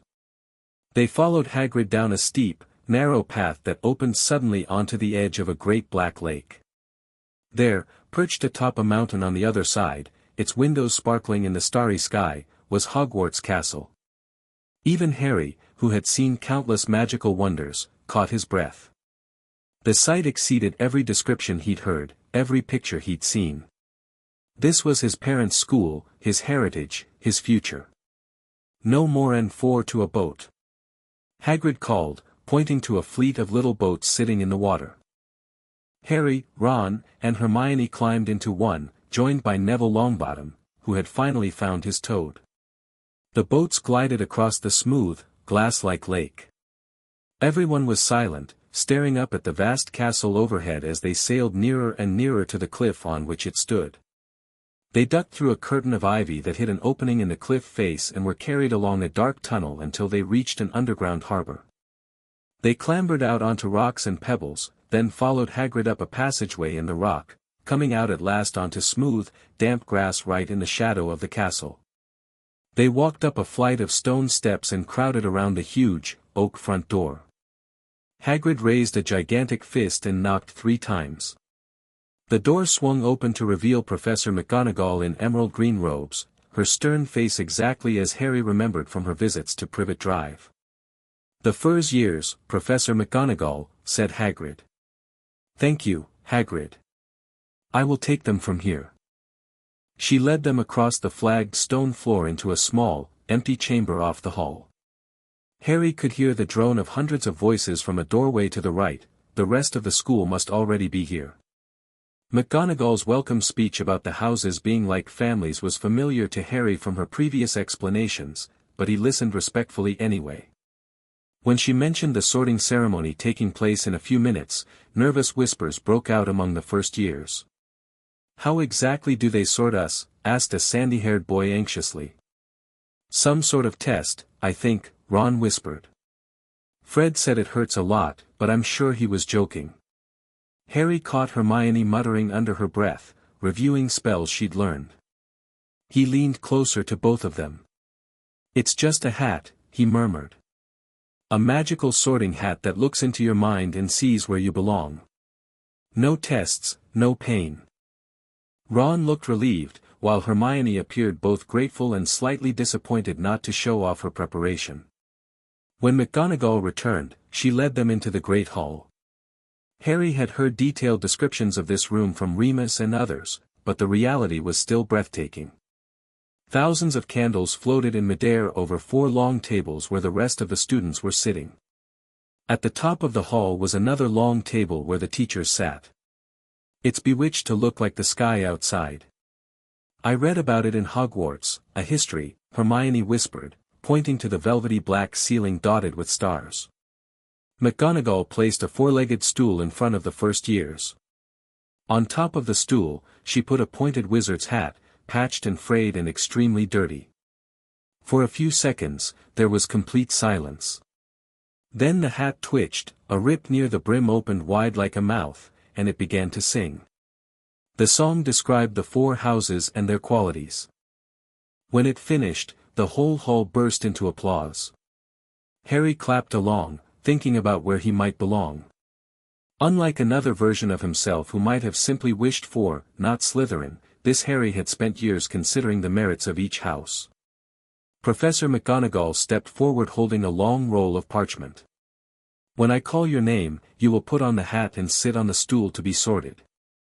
One by one, students were called forward. Hannah Abbott and Susan Bones became Hufflepuffs.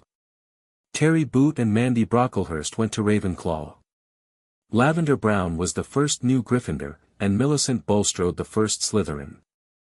Hermione almost ran to the stool when her name was called and jammed the hat eagerly on her head. After nearly a minute, the hat shouted, "Gryffindor." Ron groaned beside Harry, who suppressed a smile. When Neville Longbottom was called, the hat took a long time to decide before placing him in Gryffindor too. Neville ran off still wearing the hat and had to jog back amid gales of laughter. Draco's sorting took barely a second. The hat had barely touched his head when it screamed, "Slytherin." He joined his friends Crabbe and Goyle at the Slytherin table, looking pleased with himself. There weren't many people left now. "Potter, Harry." As Harry stepped forward, whispers broke out like little hissing fires all over the hall. "Potter, did she say? The Harry Potter?" Unlike a Harry who might have been overwhelmed by this attention, this Harry walked confidently to the stool, catching McGonagall's brief, encouraging smile before the hat dropped over his eyes. Said a small voice in his ear. "Difficult. Very difficult. Plenty of courage, I see. Not a bad mind either. There's talent, oh my goodness, yes, and a nice thirst to prove yourself. But where to put you?" Harry gripped the edges of the stool. Unlike another version of himself who might have been desperate for Gryffindor, he thought, "I want to be where I'll become my best self. Where I can honor my parents while becoming my own person." "Your own person, said the small voice. "Interesting, your counterpart in another time might have begged for Gryffindor, but you see value in all the houses. You've been well prepared, Harry Potter. Your aunt has done what few would have managed." "Thank you," Harry thought. "She's brilliant." "Yes, I see that in your memories." "Well, then, better be Gryffindor." Harry heard the hat shout the last word to the whole hall. He took off the hat and walked shakily toward the Gryffindor table, which had erupted into the loudest cheer yet. Percy Weasley the prefect shook his hand vigorously, while the twins yelled, "We got Potter! We got Potter!" Harry sat down opposite the ghost in the ruff, who patted his arm, giving him the sudden, horrible feeling he'd just plunged it into a bucket of ice-cold water. He could see the high table properly now. Hagrid gave him a thumbs up, which he returned. There was Dumbledore in the center, his silver hair gleaming. Harry spotted Professor Quirrell too, looking very peculiar in a large purple turban. The remaining students were sorted, with Ron joining Harry in Gryffindor, looking greatly relieved. Once the sorting finished, Dumbledore got to his feet, beaming at the students with arms opened wide. "Welcome," he said. "Welcome to a new year at Hogwarts. Before we begin our banquet, I would like to say a few words, nitwit. Blubber. Oddment. Tweak. Thank you." He sat back down as everybody clapped and cheered. Harry laughed, remembering Remus's stories about Dumbledore's eccentric speeches. Suddenly, the golden plates before them were piled with food. Harry, having experienced magical feasts during celebrations at Hogwarts alumni gatherings Petunia occasionally took him to, wasn't surprised by the appearance of the food, but he still marveled at the variety. "That does look good," said the ghost wistfully, watching Harry cut up his steak. "Can't you?" Harry began. "I haven't eaten for nearly 500 years, said the ghost. "I don't need to, of course, but one does miss it. I don't think I've introduced myself. Sir Nicholas de Mimsy Porpington at your service. Resident ghost of Gryffindor Tower." "I know who you are," said Ron suddenly. "My brothers told me about you, you're nearly headless Nick. I would prefer you to call me Sir Nicholas de Mimsy, nearly headless." "How can you be nearly headless?" asked Seamus Finnegan, a sandy-haired boy. Sir Nicholas looked extremely miffed. "Like this," he said irritably. He seized his left ear and pulled. His whole head swung off his neck and fell onto his shoulder as if it was on a hinge. Looking pleased at their stunned faces, nearly headless Nick flipped his head back onto his neck and said, "So, new Gryffindors. I hope you're going to help us win the house championship this year. Gryffindors have never gone so long without winning. Slytherins have got the cup 6 years in a row." Harry glanced over at the Slytherin table, where Draco Malfoy looked smugly triumphant among his housemates. "How does someone become a ghost?" Hermione asked, always eager for knowledge. "A fragment of the soul imprints upon the physical world," Nick explained gravely. "Usually due to fear of moving on or unfinished business." The conversation shifted to their families as they enjoyed the feast. "I'm half and half," said Seamus. "Me dad's a muggle. Mom didn't tell him she was a witch till after they were married. Bit of a nasty shock for him." Everyone laughed.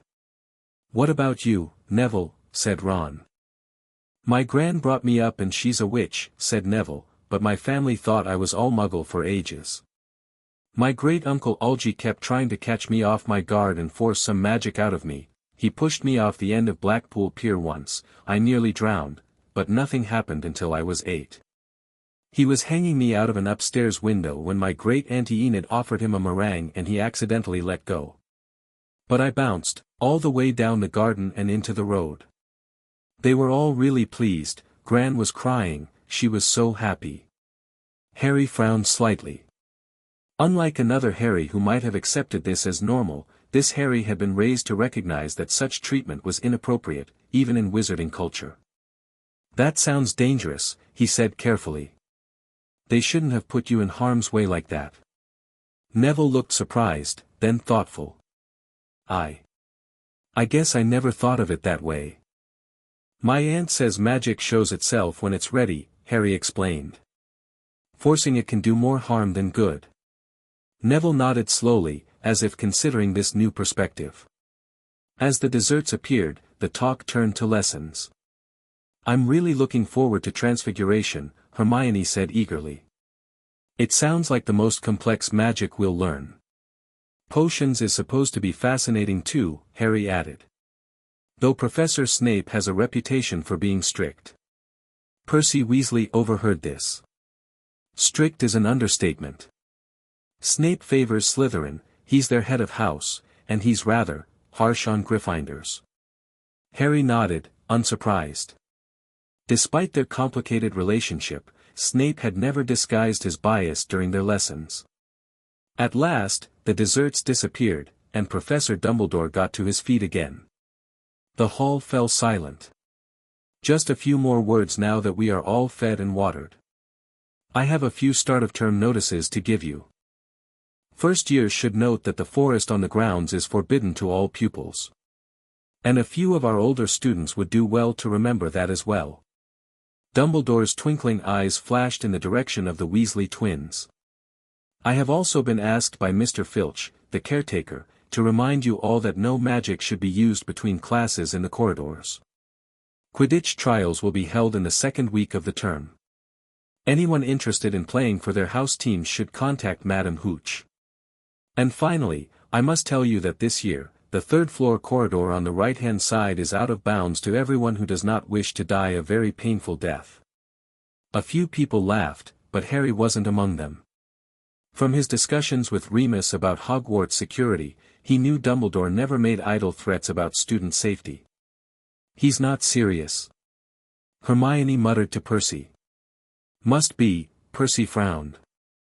"It's odd, because he usually gives us a reason why we're not allowed to go somewhere. The forest's full of dangerous beasts, everyone knows that. And now, before we go to bed, let us sing the school song," cried Dumbledore, giving his wand a little flick. A long golden ribbon flew out of it, which twisted into words. Everyone picked their favorite tune and off we go. The school bellowed the song, finishing at different times. The Weasley twins were last of all, singing a very slow funeral march. Dumbledore conducted their last few lines with his wand and, when they had finished, he was one of those who clapped loudest. "Ah, music," he said, wiping his eyes. "A magic beyond all we do here. And now, bedtime. Off you trot."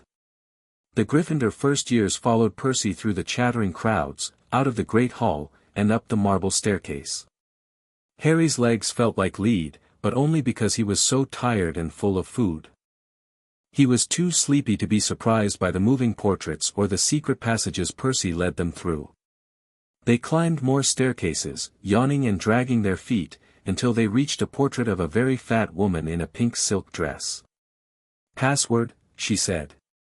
"Caput Draconis," said Percy, and the portrait swung forward to reveal a round hole in the wall. They all scrambled through it and found themselves in the Gryffindor common room, a cozy, round room full of squashy armchairs. Percy directed the girls through one door to their dormitory and the boys through another. At the top of a spiral staircase, they found their beds at last, 5 four-posters hung with deep red, velvet curtains. Their trunks had already been brought up. Too tired to talk much, they pulled on their pajamas and fell into bed. Harry was about to draw the curtains around his four-poster when he remembered his promise to Petunia. He pulled a piece of parchment, quill, and ink from his trunk. "What are you doing?" Ron asked sleepily from the next bed. "Writing to my aunt," Harry explained. "I promised I'd tell her about the sorting tonight." Ron looked surprised. "You're really close with your Muggle aunt, aren't you?" "She raised me," Harry said simply. "She's my family." He quickly penned a letter describing the journey, the sorting, and his new housemates. He mentioned meeting Ron and Hermione, his observations about the teachers, and ended with, "Don't worry about me, Aunt Toonie. I already feel at home here. It's just as wonderful as you and Remus described.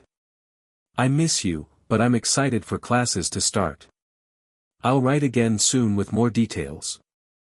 Love, Harry." He'd send it with Hedwig in the morning. Setting the letter aside, Harry finally drew his bed curtains and sank into the soft mattress. As he drifted toward sleep, he thought about everything that had led to this moment: Petunia's decision to embrace magic rather than fear it, the years of preparation, the network of magical mentors who had guided him. In another life, he might have arrived at Hogwarts ignorant and unprepared, defined solely by his scar and his parents' legacy. But in this life, Harry Potter came to Hogwarts as his own person, knowledgeable, confident, and ready to forge his own path. His last thought before sleep claimed him was of Petunia, alone in their house at Privet Drive. He hoped she was okay. He hoped she knew how grateful he was for everything she'd done. And he hoped she was as proud of him as he was to be her nephew. The next morning, Harry woke early, used to Petunia's schedule. The other boys still slept soundly as he dressed quietly and took Hedwig from her cage. "Take this to Aunt Petunia," he whispered, attaching his letter to her leg. "Wait for a reply if she has one." Hedwig nipped his finger affectionately and swooped out through the window he opened. Harry watched her white form disappear into the dawn sky, feeling a momentary pang of homesickness that quickly gave way to excitement for the day ahead. After all, this was just the beginning. Hogwarts awaited, with all its mysteries and magic. Classes would start today. He'd begin learning to use his wand properly, channeling his magic through formal training rather than the tentative experiments of his childhood. And somewhere in the castle, Harry knew, pieces of his parents' legacy waited to be discovered, in the classrooms where they had learned, the corridors where they had walked, and perhaps even in the faces of professors who had known them. With that thought warming him, Harry headed down to the common room, ready to begin his first full day at Hogwarts School of Witchcraft and Wizardry. Chapter 3, New Paths to Power. Harry Potter, our new celebrity. Snape's cold voice cut through the dungeon classroom. Harry met those black eyes without flinching, remembering Petunia's advice: don't show fear, but don't show defiance either. Neutral respect is your best strategy with Severus. Tell me, Potter, Snape continued, what would I get if I added powdered root of asphodel to an infusion of wormwood?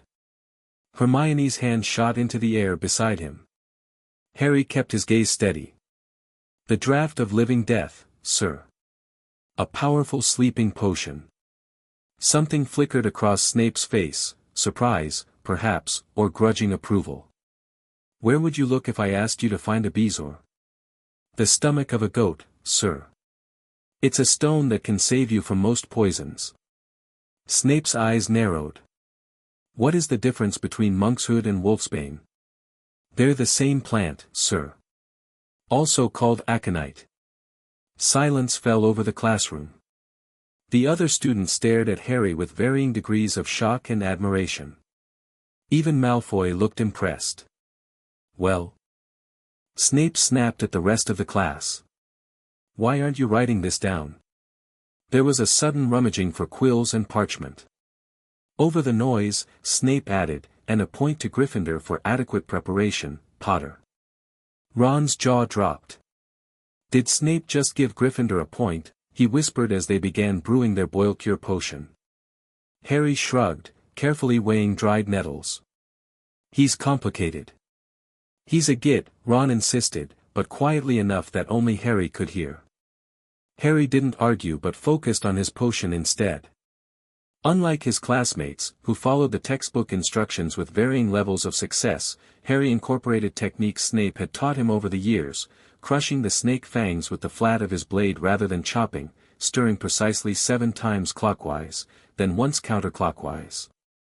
When Neville's cauldron melted into a twisted blob, sending potion across the floor and causing angry red boils to spring up on students' arms and legs, Harry reacted instantly. He grabbed Neville, pulling him away from the spreading liquid, while simultaneously casting a containment charm without even thinking. Cohibio. The spilled potion stopped spreading, contained by an invisible barrier. The entire class froze, staring at Harry, who suddenly realized he'd performed magic without conscious thought. Snape swept over, vanishing the potion with a flick of his wand. Impressive reflexes, Potter, he said softly. Though I don't recall teaching that particular charm in this class. I read ahead, sir, Harry replied, which wasn't entirely false. Snape's eyes glittered. Indeed. 5 points to Gryffindor for quick thinking. And 5 from Mr. Longbottom for incompetence. Later, as they climbed the steps out of the dungeon, Ron and Hermione bombarded Harry with questions. That wasn't a first-year spell. Hermione said, looking both impressed and slightly miffed.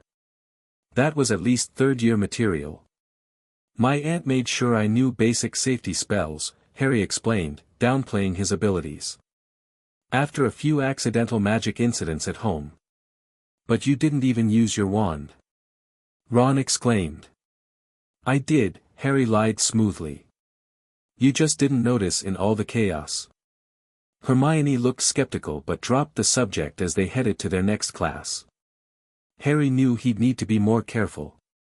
Petunia had warned him about standing out too much, about drawing unwanted attention to his abilities. There's showing aptitude, she'd said, and then there's showing power. The second makes people nervous, or interested in using you. The pattern repeated throughout Harry's first week. In charms, he mastered the wand movements on his first try. In transfiguration, he was the first after Hermione to turn his match into a needle. Professor Flitwick squeaked excitedly when Harry performed a perfect Lumos charm, while Professor McGonagall gave him one of her rare smiles. Your mother had the same natural affinity for charms, Flitwick told him after class. And your father's transfiguration talent seems to have passed to you as well. Only in defense against the dark arts did Harry deliberately hold back. Something about Professor Quirrell unsettled him, the way those eyes sometimes sharpened when they landed on Harry, the strange headaches Harry experienced in his presence, the faint magical aura that felt somehow wrong. There's something off about Quirrell, he told Ron and Hermione as they left the classroom on Friday afternoon. Don't you feel it? Feel what? Ron asked. Besides the smell of garlic? His magic, Harry said without thinking. It feels doubled somehow. Like two different signatures. Hermione stared at him. You can feel magical signatures. That's incredibly advanced perception, Harry. Most adult wizards can't distinguish magical auras. Harry mentally kicked himself. I just meant his teaching style seems inconsistent. Never mind. He changed the subject quickly, suggesting they visit Hagrid for tea, but Hermione's calculating look told him she wasn't fooled. She was frighteningly perceptive for an 11-year-old. At Hagrid's hut, over rock cakes that lived up to their name, Harry carefully steered the conversation towards safer topics, their classes, the Gryffindor dormitories, the giant squid they'd spotted in the lake. But when he noticed a newspaper clipping about a Gringotts break-in on Hagrid's table, his curiosity piqued.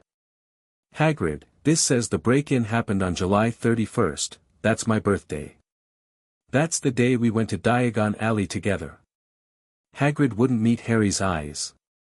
Lot o' people in Diagon Alley that day. It says nothing was taken because the vault had been emptied earlier that day, Harry pressed, his mind racing. Was that you? Did you empty a vault for Dumbledore? Now listen here, Hagrid said sternly. Don't be a skin questions about that. That's top secret, that is. So it was you. Harry exclaimed. What was in the vault? I'm not tellin' ya that. Hagrid looked flustered. That's between Professor Dumbledore and Nicholas Flamel, he froze. I shouldn't ha' said that. I should not have said that. Harry, Ron, and Hermione exchanged glances. Harry knew that name immediately. Petunia had included famous alchemists in his magical history lessons. Nicholas Flamel, he said thoughtfully. The alchemist who created the Philosopher's Stone. Hagrid looked horrified. How'd you know that? My aunt made sure I knew magical history, Harry explained. The Philosopher's Stone can transform any metal into gold and produces the elixir of life, which makes the drinker immortal. Blimey, Ron whispered. That's what was in the vault. You can't tell anyone. Hagrid insisted. That's supposed to be secret. Forget I said anything. But Harry's mind was already racing. A break-in at Gringotts the same day Hagrid removed a mysterious package. The forbidden third-floor corridor. Dumbledore's warning about a painful death. It all connected. The stone is here at Hogwarts, isn't it? Harry asked quietly. Hidden in the third-floor corridor. The look on Hagrid's face confirmed it. You're too clever for your own good, Harry. Just like your mother. Walking back to the castle, Hermione looked shocked. The Philosopher's Stone. At Hogwarts. But why would Dumbledore bring something so valuable, and dangerous, to a school full of children? Protection, Harry said immediately. Hogwarts is one of the safest places in Britain.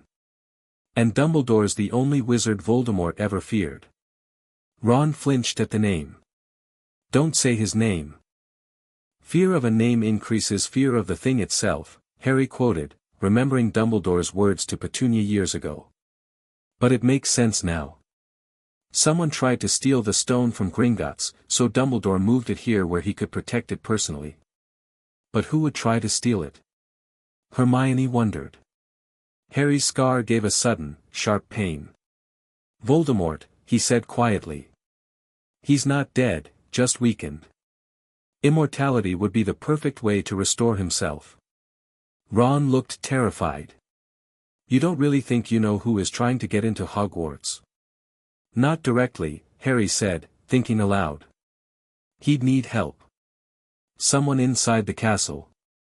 His thoughts turned to Quirrell with his strange aura and convenient stutter. To Snape with his dark past. To any of the adults who might be susceptible to corruption or coercion. We should tell someone, Hermione insisted. Tell them what? Harry countered. That we worked out what's hidden in the third floor. That we suspect someone might try to steal it. They already know that, it's why it's here in the first place. So what do we do? Ron asked. Harry considered. Another Harry might have rushed headlong into danger, driven by impulse and a need to prove himself. But this Harry had been raised differently. We watch, he decided. We gather information. We prepare. And we tell Dumbledore if we see anything concrete. This approach guided Harry through the following weeks. Between classes and homework, he began discreetly researching magical protections. He paid attention to the professors' movements, especially Quirrell and Snape. He practiced defensive spells in empty classrooms, sometimes joined by Ron and Hermione, who had become his closest friends despite, or perhaps because of, their vastly different backgrounds. On Halloween morning, the delicious smell of baking pumpkin wafted through the corridors. Even better, Professor Flitwick announced they would begin learning to make objects fly in Charms class. Harry was paired with Seamus Finnegan, while Ron worked with Hermione. The arrangement proved unfortunate for Ron, whose frustration mounted as Hermione critiqued his pronunciation of Wingardium Leviosa. "You're saying it wrong," she insisted. "It's Wingardium Leviosa, make the gar nice and long." "You do it, then, if you're so clever," Ron snarled. Hermione rolled up her sleeves, flicked her wand, and said, "Wingardium Leviosa." Their feather rose 4 feet above their heads. "Well done," cried Professor Flitwick. "Everyone see here, Miss Granger's done it." Harry, who had already made his feather float on the first try but had kept it hovering just inches above his desk to avoid overshadowing others, smiled encouragingly at Hermione. Unlike another version of himself who might have been jealous or intimidated by her intelligence, this Harry appreciated having a friend who matched his academic enthusiasm. After class, however, Ron's frustration boiled over. "It's no wonder no one can stand her," he said as they pushed their way into the crowded corridor. "She's a nightmare, honestly." Someone knocked into Harry as they hurried past. It was Hermione, and Harry caught a glimpse of her face. She was in tears. "I think she heard you," Harry said, frowning at Ron. "So?" said Ron, looking uncomfortable. "She must have noticed she's got no friends." "She has friends," Harry corrected firmly. "She has us. Or at least, she has me."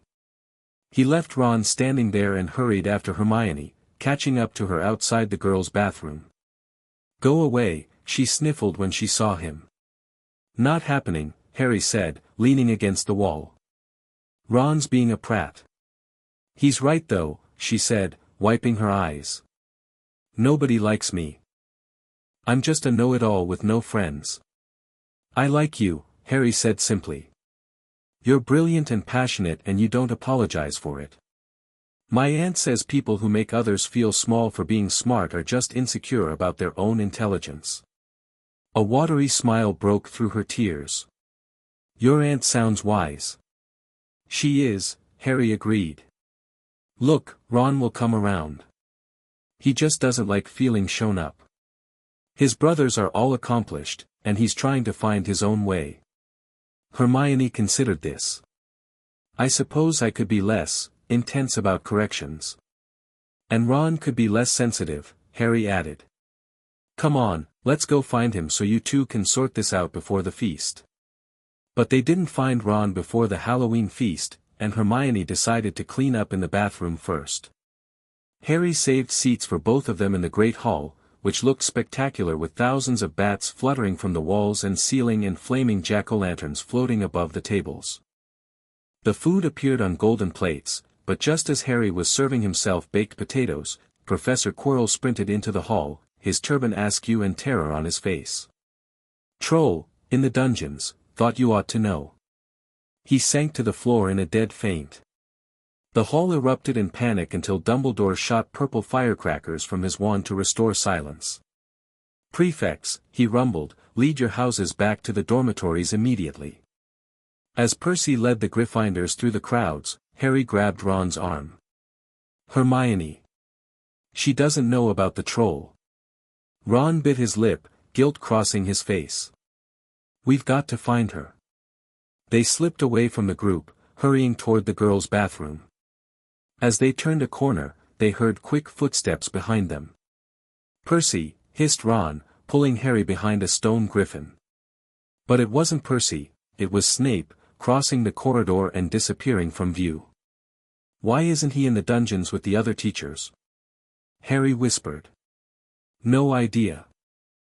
They crept along the next corridor, following Snape's fading footsteps. "He's heading for the third floor," Harry realized. Before Ron could respond, a foul stench reached their nostrils, a mixture of old socks and public toilet.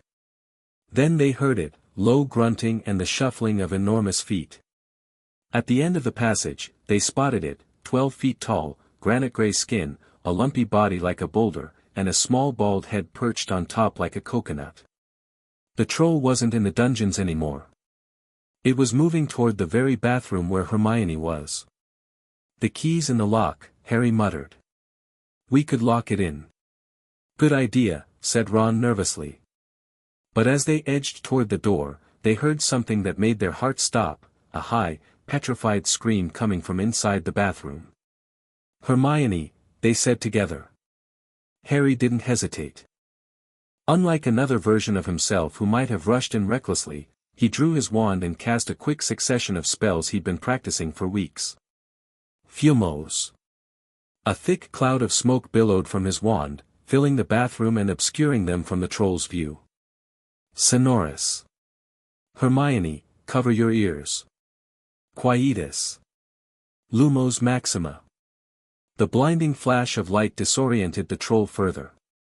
Through the smoke and confusion, Harry spotted Hermione shrinking against the wall, paralyzed with fear.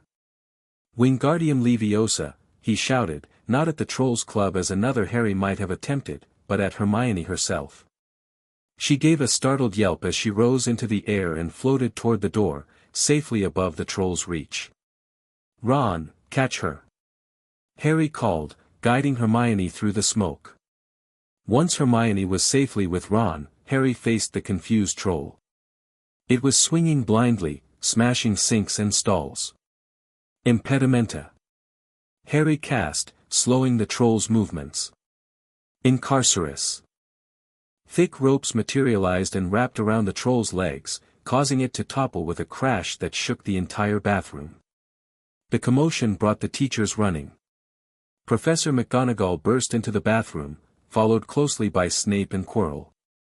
Quirrell took one look at the bound troll and let out a faint whimper. Snape bent over the troll, checking it was properly restrained. McGonagall fixed Harry with a stern glare. "What on earth were you thinking?" she demanded. "You're lucky you weren't killed." Harry met her gaze steadily. "Hermione didn't know about the troll, Professor. We came to warn her." "And the complex spell work?" Snape asked silkily, eyeing the rope still binding the unconscious troll. "Those aren't first-year spells, Potter." "I've been practicing defensive magic, sir," Harry replied honestly. Given my history, it seemed prudent. Something like respect flickered in Snape's eyes. "Well," said McGonagall, her expression softening slightly, "not many first years could take on a fully grown mountain troll and live to tell the tale." 5 points to Gryffindor for quick thinking and exceptional spell work, Potter. "It was Ron's idea to find Hermione," Harry added quickly. "And he helped get her to safety." McGonagall nodded.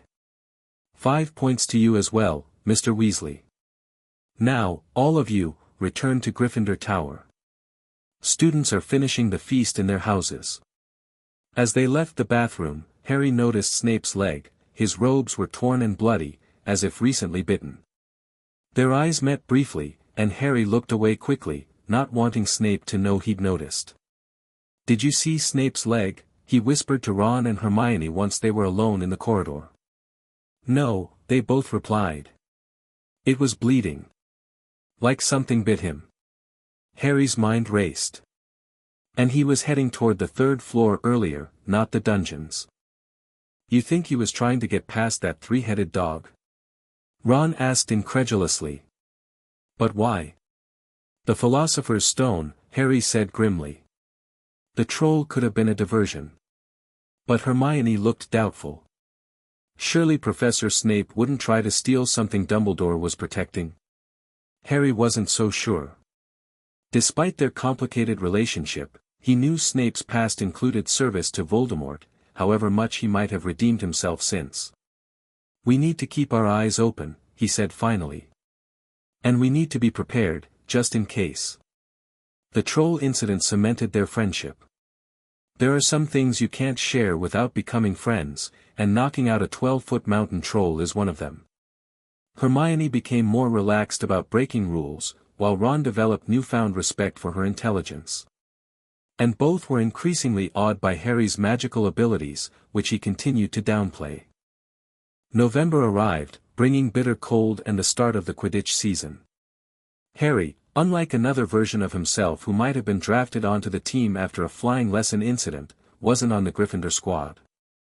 He was an excellent flyer, James Potter's son could hardly be otherwise, but he deliberately avoided showing off during their first flying lesson, heeding Petunia's advice about drawing unnecessary attention. Still, he looked forward to the first match, Gryffindor vs. Slytherin. On Saturday morning, he joined the crowd streaming toward the Quidditch pitch, discussing strategy with Ron and explaining the finer points of the game to Hermione. The match was thrilling, with Gryffindor taking an early lead. But halfway through, Harry spotted something odd. Snape was sitting in the teacher's stands, staring fixedly at one of the Gryffindor chasers and muttering continuously under his breath. "Look at Snape," Harry pointed. "Is he cursing our team?" Hermione followed his gaze, then gasped. "But look at Quirrell too, he's doing the same thing."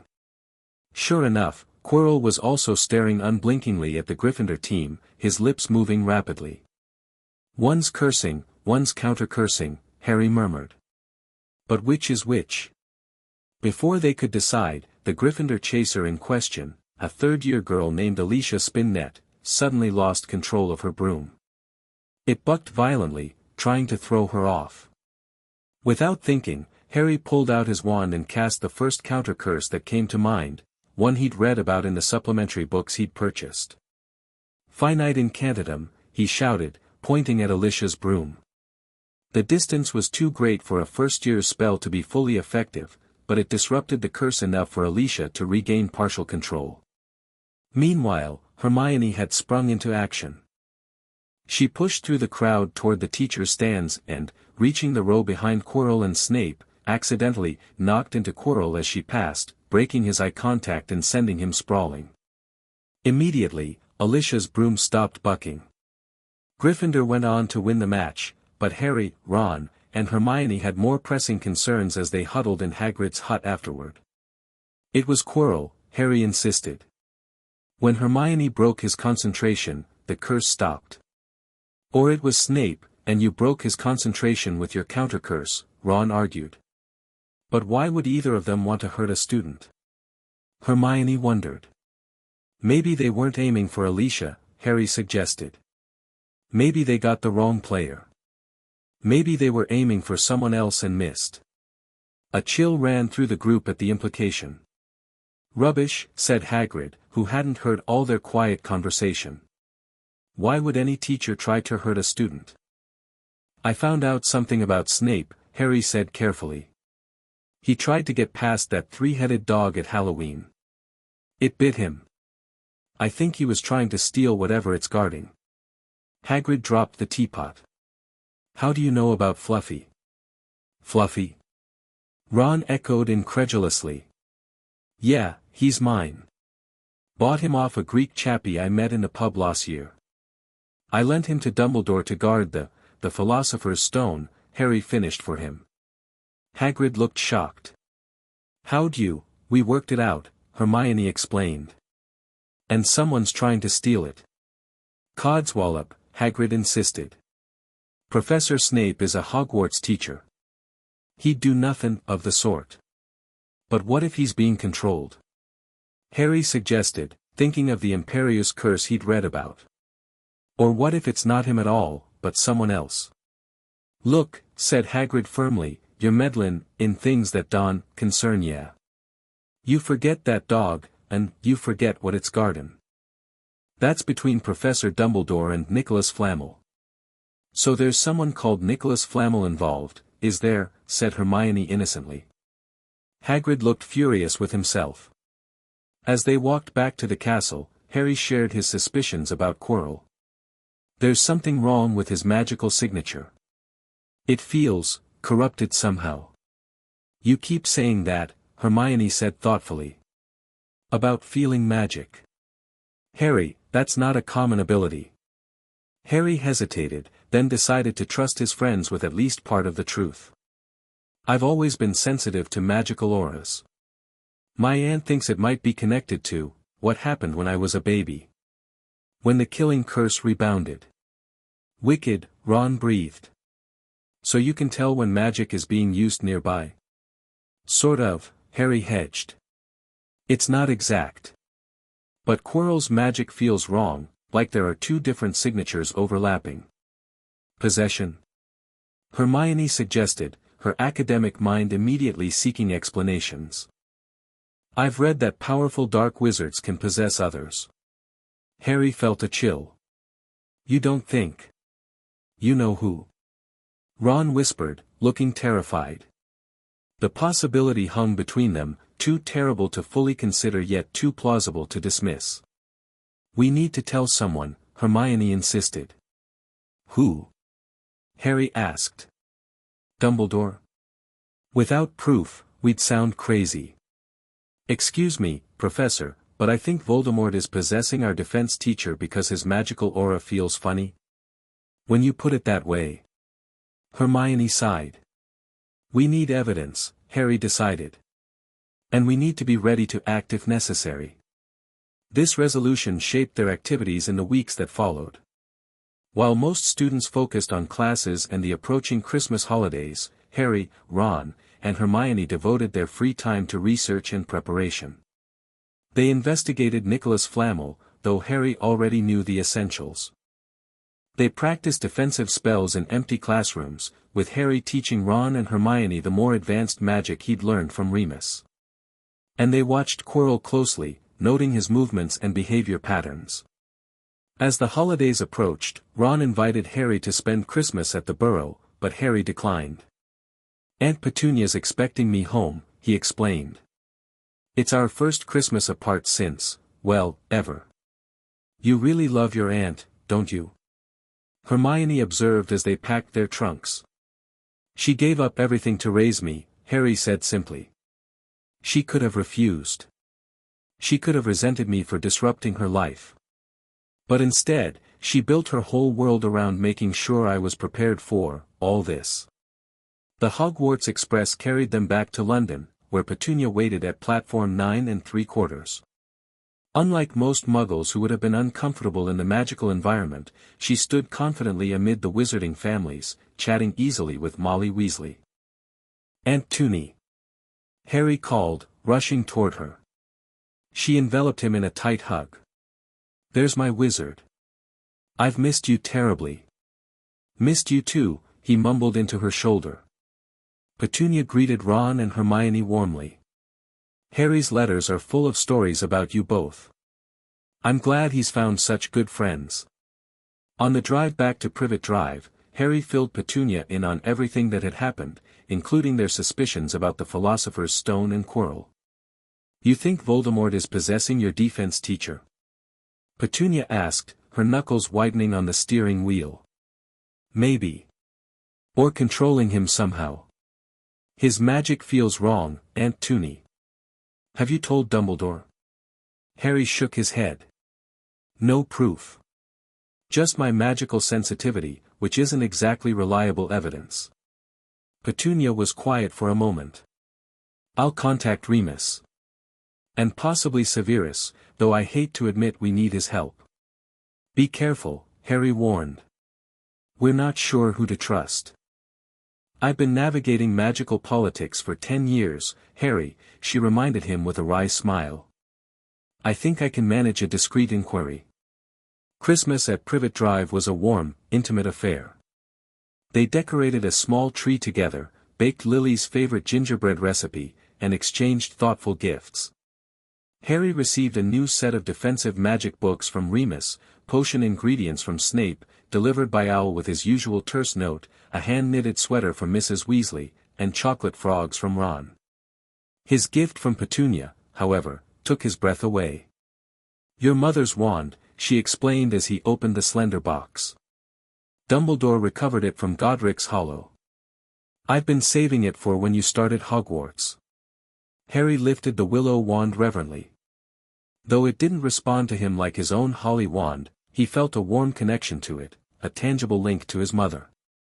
"Thank you," he whispered, hugging Petunia tightly. On Christmas night, Remus visited for dinner, bringing news from his discreet inquiries. "Dumbledore suspects something's amiss with Quirrell," he confirmed in hushed tones while Harry was supposedly getting dessert from the kitchen. "He's watching the situation closely." "Then why not remove him from the school?" Petunia demanded. "Better the threat you can see than the one hiding in shadows," Remus replied. "And if someone is indeed working through Quirrell, Dumbledore wants to know their plan before acting." "Using children as bait," Petunia muttered disgustedly. "Using the stone as bait," Remus corrected. "The children are supposed to be far from the danger." "But they won't be, will they?" Petunia fixed him with a penetrating stare.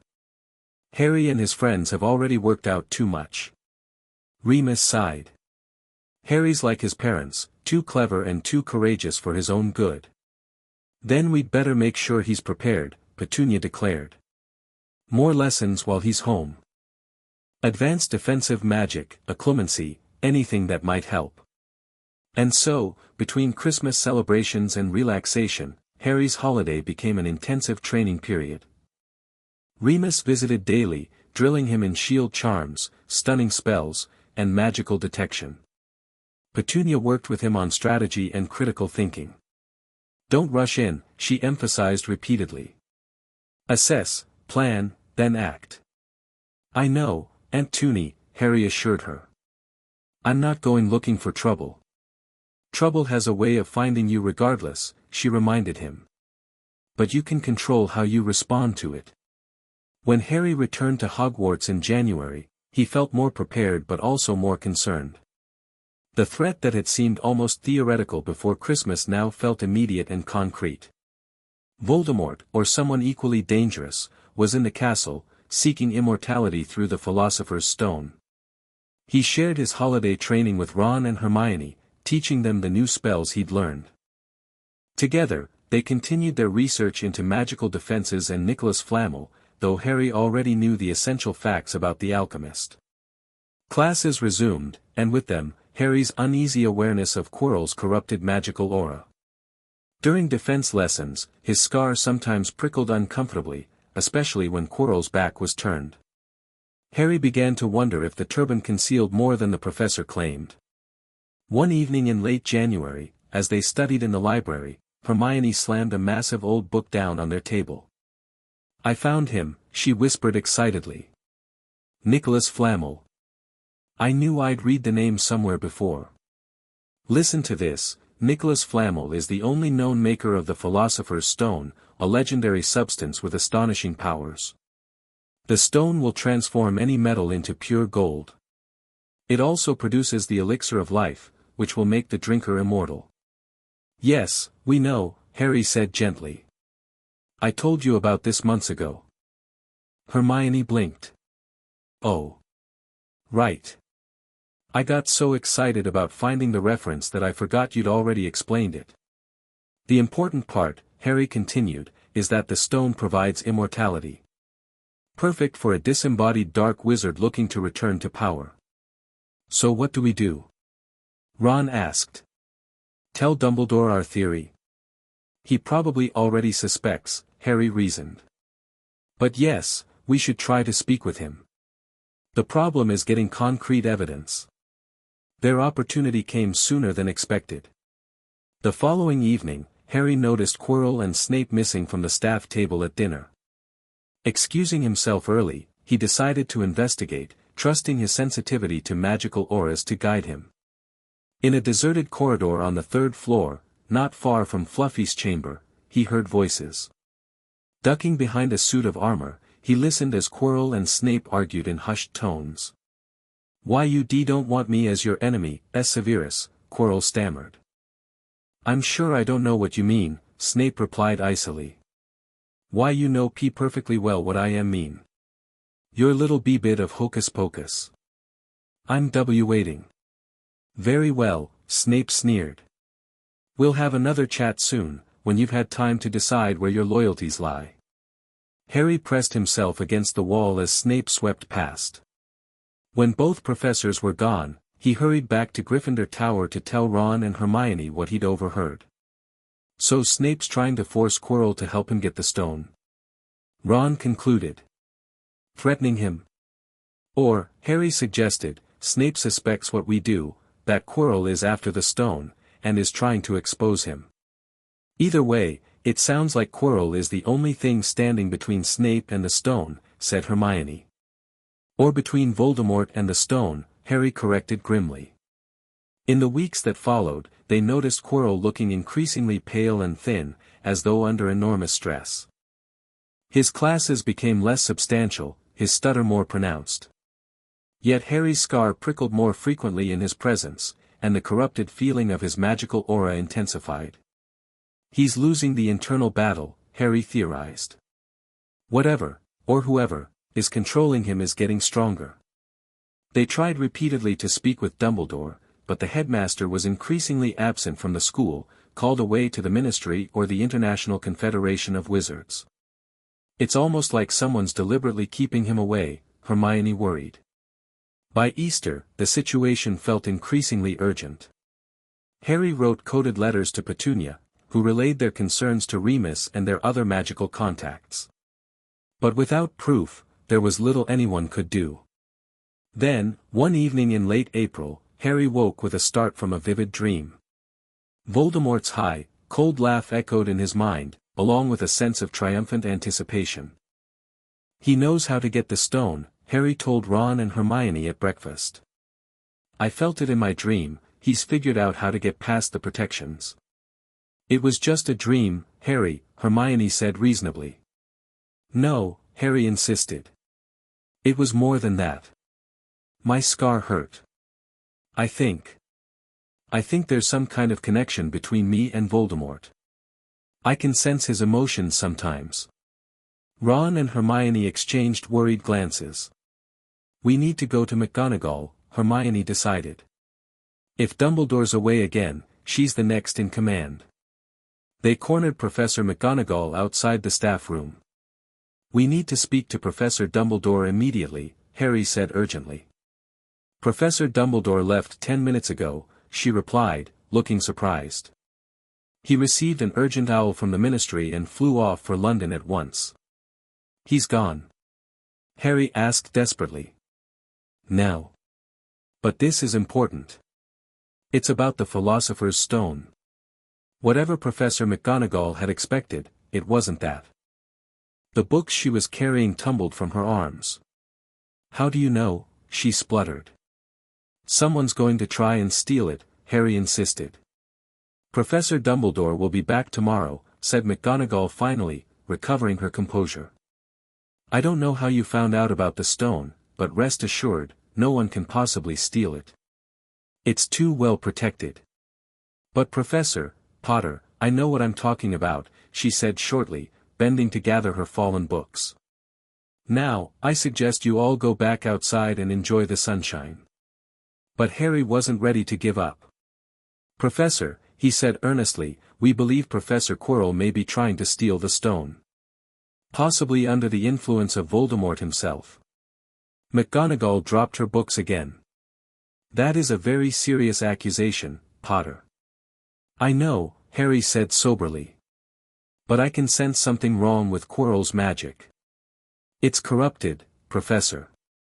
Like there are two signatures overlapping. McGonagall stared at him. You can sense magical signatures. For the first time, she seemed to take him completely seriously. That's an extremely rare ability, Potter.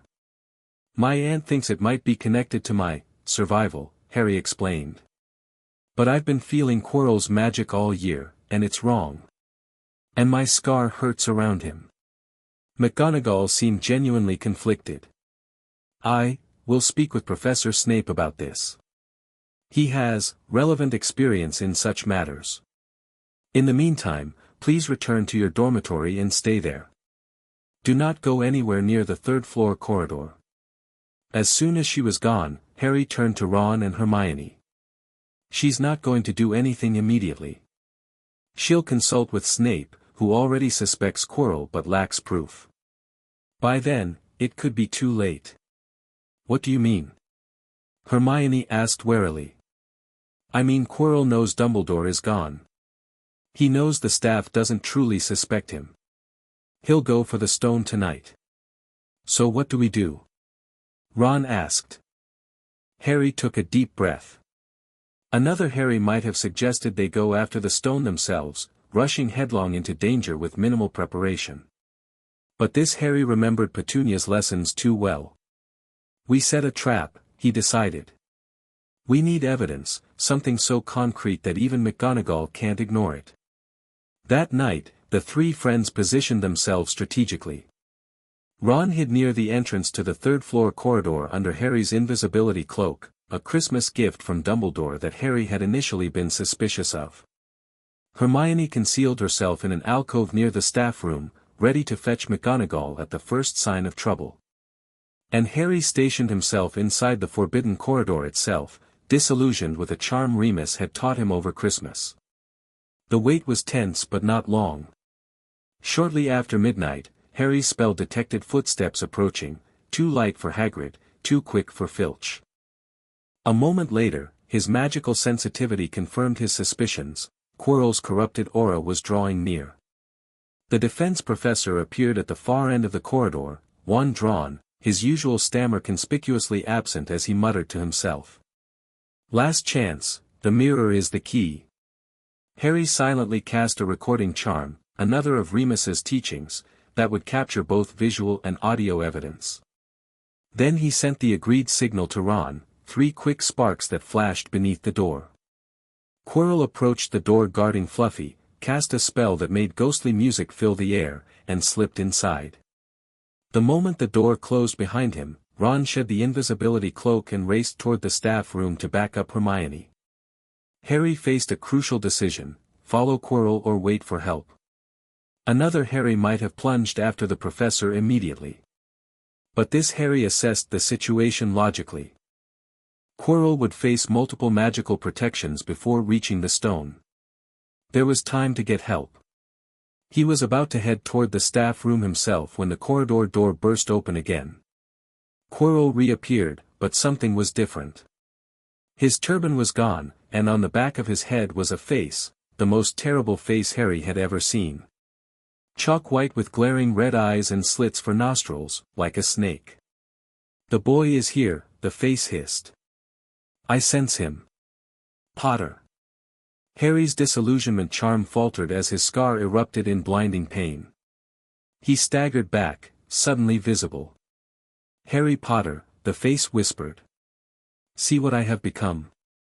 Mere shadow and vapor, forced to share another's body, but there have always been those willing to let me into their hearts and minds." Despite his pain, Harry maintained enough presence of mind to keep the recording charm active. Here was the proof they needed: Voldemort himself, possessing Quirrell. "The stone will restore my body," Voldemort continued. "And then I shall finish what I started with your parents. But first, why not join me, Potter? Together, we could accomplish extraordinary things." "I'll never join you," Harry managed through gritted teeth. "You killed my parents." "Bravery," Voldemort sneered. "Your parents had it too. Tell me, Harry, would you like to see your mother and father again? Together, with the stone, I could bring them back." For a fraction of a second, Harry hesitated. Another Harry, one who had grown up unloved and desperate for family, might have been tempted. But this Harry had been raised with honest stories of his parents, their bravery, their flaws, their humanity. He knew death wasn't something to be reversed or cheated. "You're lying," Harry said steadily. "The stone creates immortality, not resurrection. And even if it could, my parents wouldn't want to return that way." Voldemort's face contorted with fury. Quirrell, seize him. Quirrell spun around and lunged toward Harry. Instinctively, Harry cast the strongest shield charm he knew, Protego. But Quirrell broke through it with surprising strength. His hand closed around Harry's throat. And then something extraordinary happened. Wherever Quirrell's skin touched Harry's, the professor howled in agony. His hands blistered and burned as if touching white-hot metal. "Master, I cannot hold him, my hands!" Quirrell cried. "Then kill him, fool!" shrieked Voldemort. Quirrell raised his wand for a killing curse, but Harry acted faster. Unlike another Harry who might have relied solely on the mysterious burning protection, this Harry had combat training. "Expelliarmus!" he shouted, sending Quirrell's wand flying. Impedimenta. The jinx hit Quirrell square in the chest, knocking him backward. But Voldemort wasn't finished. "Take my power," he hissed, and dark magic poured from him into Quirrell, who rose again with renewed strength. Harry knew he couldn't win a prolonged duel against Voldemort's power. So he did something unexpected. He charged forward and grabbed Quirrell's face with both hands. The effect was instant. Quirrell screamed in agony as his skin blistered and cracked beneath Harry's touch. Harry held on grimly, ignoring his own pain, knowing he needed to incapacitate Quirrell completely. "What is this magic?" Voldemort shrieked in fury and confusion. "Love," Harry gasped, remembering Dumbledore's explanations about his mother's sacrifice. "Something you'll never understand." He held on until Quirrell collapsed, unconscious, the possession temporarily broken as Voldemort's spirit fled the failing body. Harry staggered back, his vision swimming from pain and exhaustion. The last thing he saw before collapsing was Professor McGonagall rushing into the corridor, followed by Snape, Ron, and Hermione. His recording charm was still active, capturing everything. "Potter!" McGonagall cried, kneeling beside him. "What happened?" With his remaining strength, Harry pointed to the unconscious Quirrell, whose burned face was still clearly visible. "Evidence," he managed to whisper before darkness claimed him. Harry woke in the hospital wing 3 days later to find Dumbledore sitting beside his bed. "Good afternoon, Harry," the headmaster said, blue eyes twinkling behind half-moon spectacles. Harry blinked, memories flooding back. "Professor. The stone. Quirrell. Voldemort. Calm yourself, my boy, or Madame Pomfrey will have me thrown out," Dumbledore smiled. "The stone is safe. Quirrell did not manage to take it from you. As soon as I reached London, I realized the place I should be was the one I had just left. I arrived just after Minerva and Severus reached you. So you know what happened." "Indeed. Your recording charm captured everything, most impressive magic for a first year, by the way. Quirrell's possession by Voldemort has been confirmed, and the minister himself has viewed the evidence. And the stone has been destroyed," Dumbledore said calmly. "Nicholas and I had a little chat, and we agreed it was for the best. But doesn't that mean Nicholas Flamel and his wife will die? They have enough elixir stored to set their affairs in order. To one as young as you, I'm sure it seems incredible, but to Nicholas and Perenelle, it really is like going to bed after a very, very long day." Harry nodded, understanding. Death isn't to be feared when you've lived a full life. Dumbledore looked pleased. "A wise perspective, Harry. Your aunt has raised you well. She's here, isn't she?" Harry asked, suddenly certain. "Indeed. She's been at your bedside for 2 days, leaving only when forced to eat or rest. I believe she's currently having tea with Professor McGonagall." As if summoned by her name, Petunia burst through the hospital wing doors, her face lighting up when she saw Harry awake. "Harry!" She rushed to his side, embracing him carefully. "You foolish, brave, brilliant boy." "I'm okay, Aunt Toonie," he assured her, returning her hug. "You confronted Voldemort," she scolded, though there was more pride than anger in her voice. "You could have been killed." "I did exactly what you taught me," Harry pointed out. I gathered evidence. I didn't rush in alone. I called for help. And then you grabbed a possessed professor with your bare hands, she countered, though a reluctant smile tugged at her lips.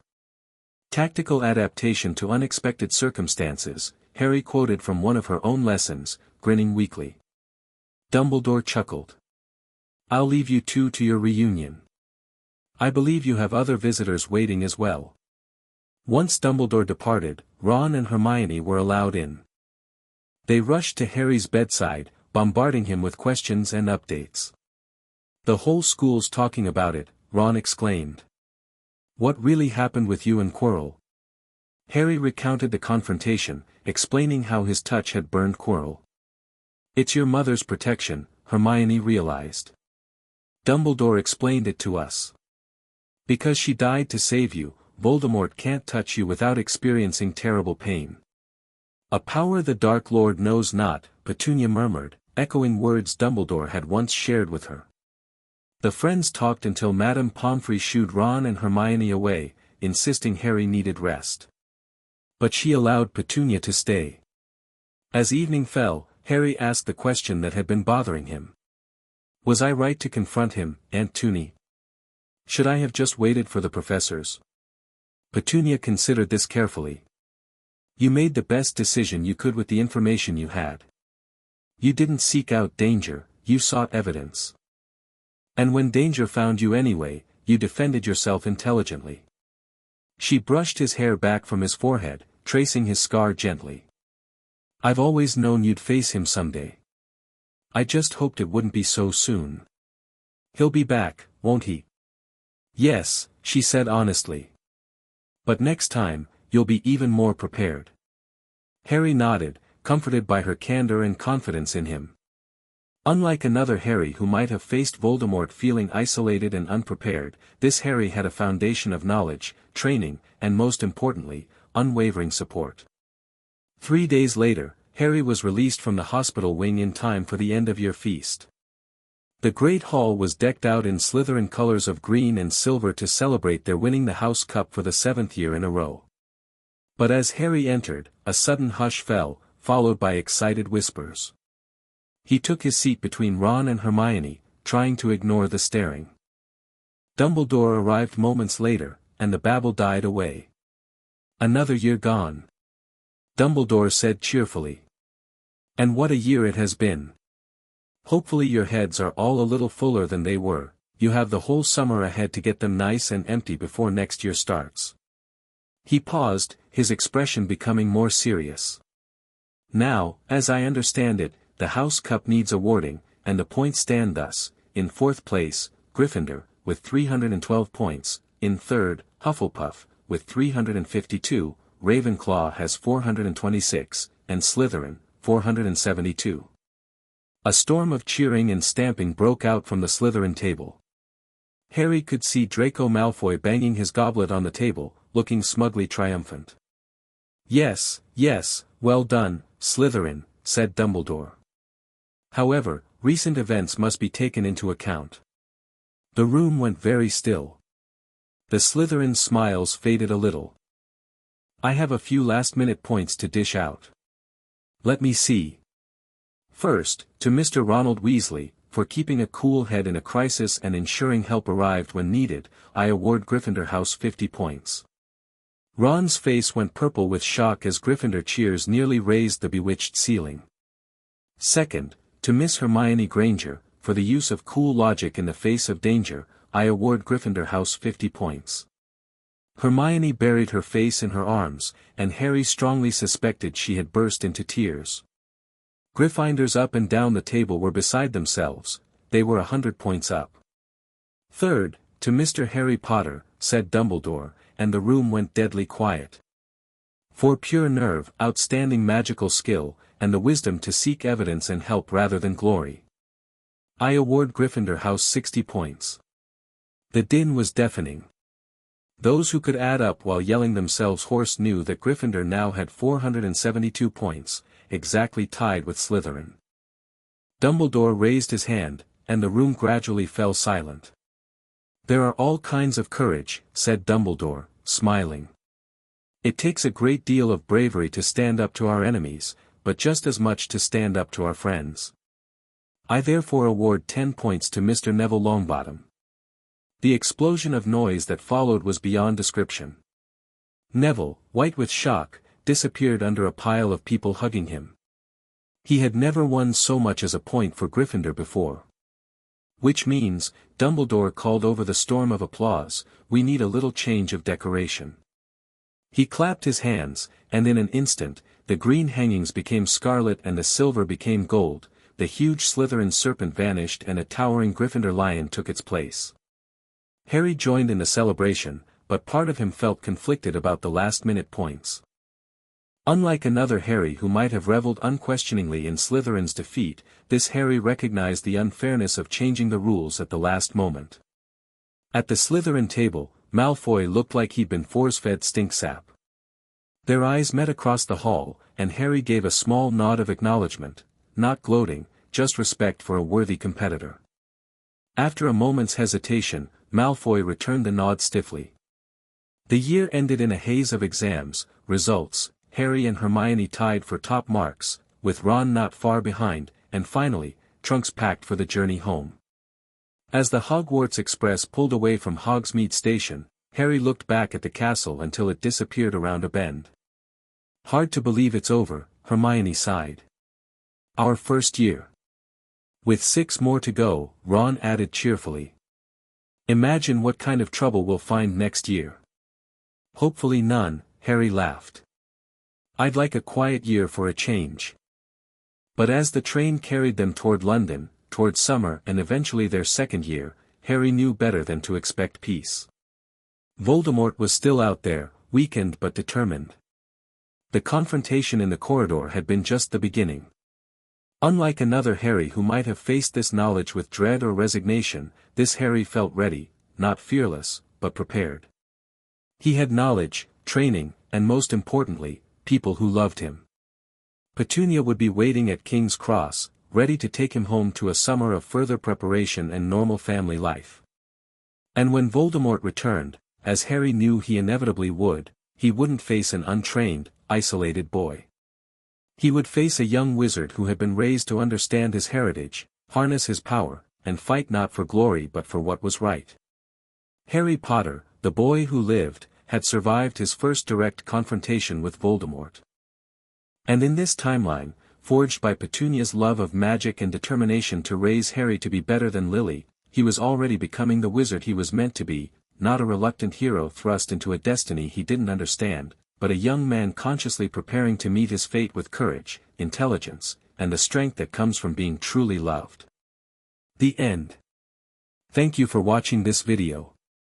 Please be sure to subscribe to our channel and like this video.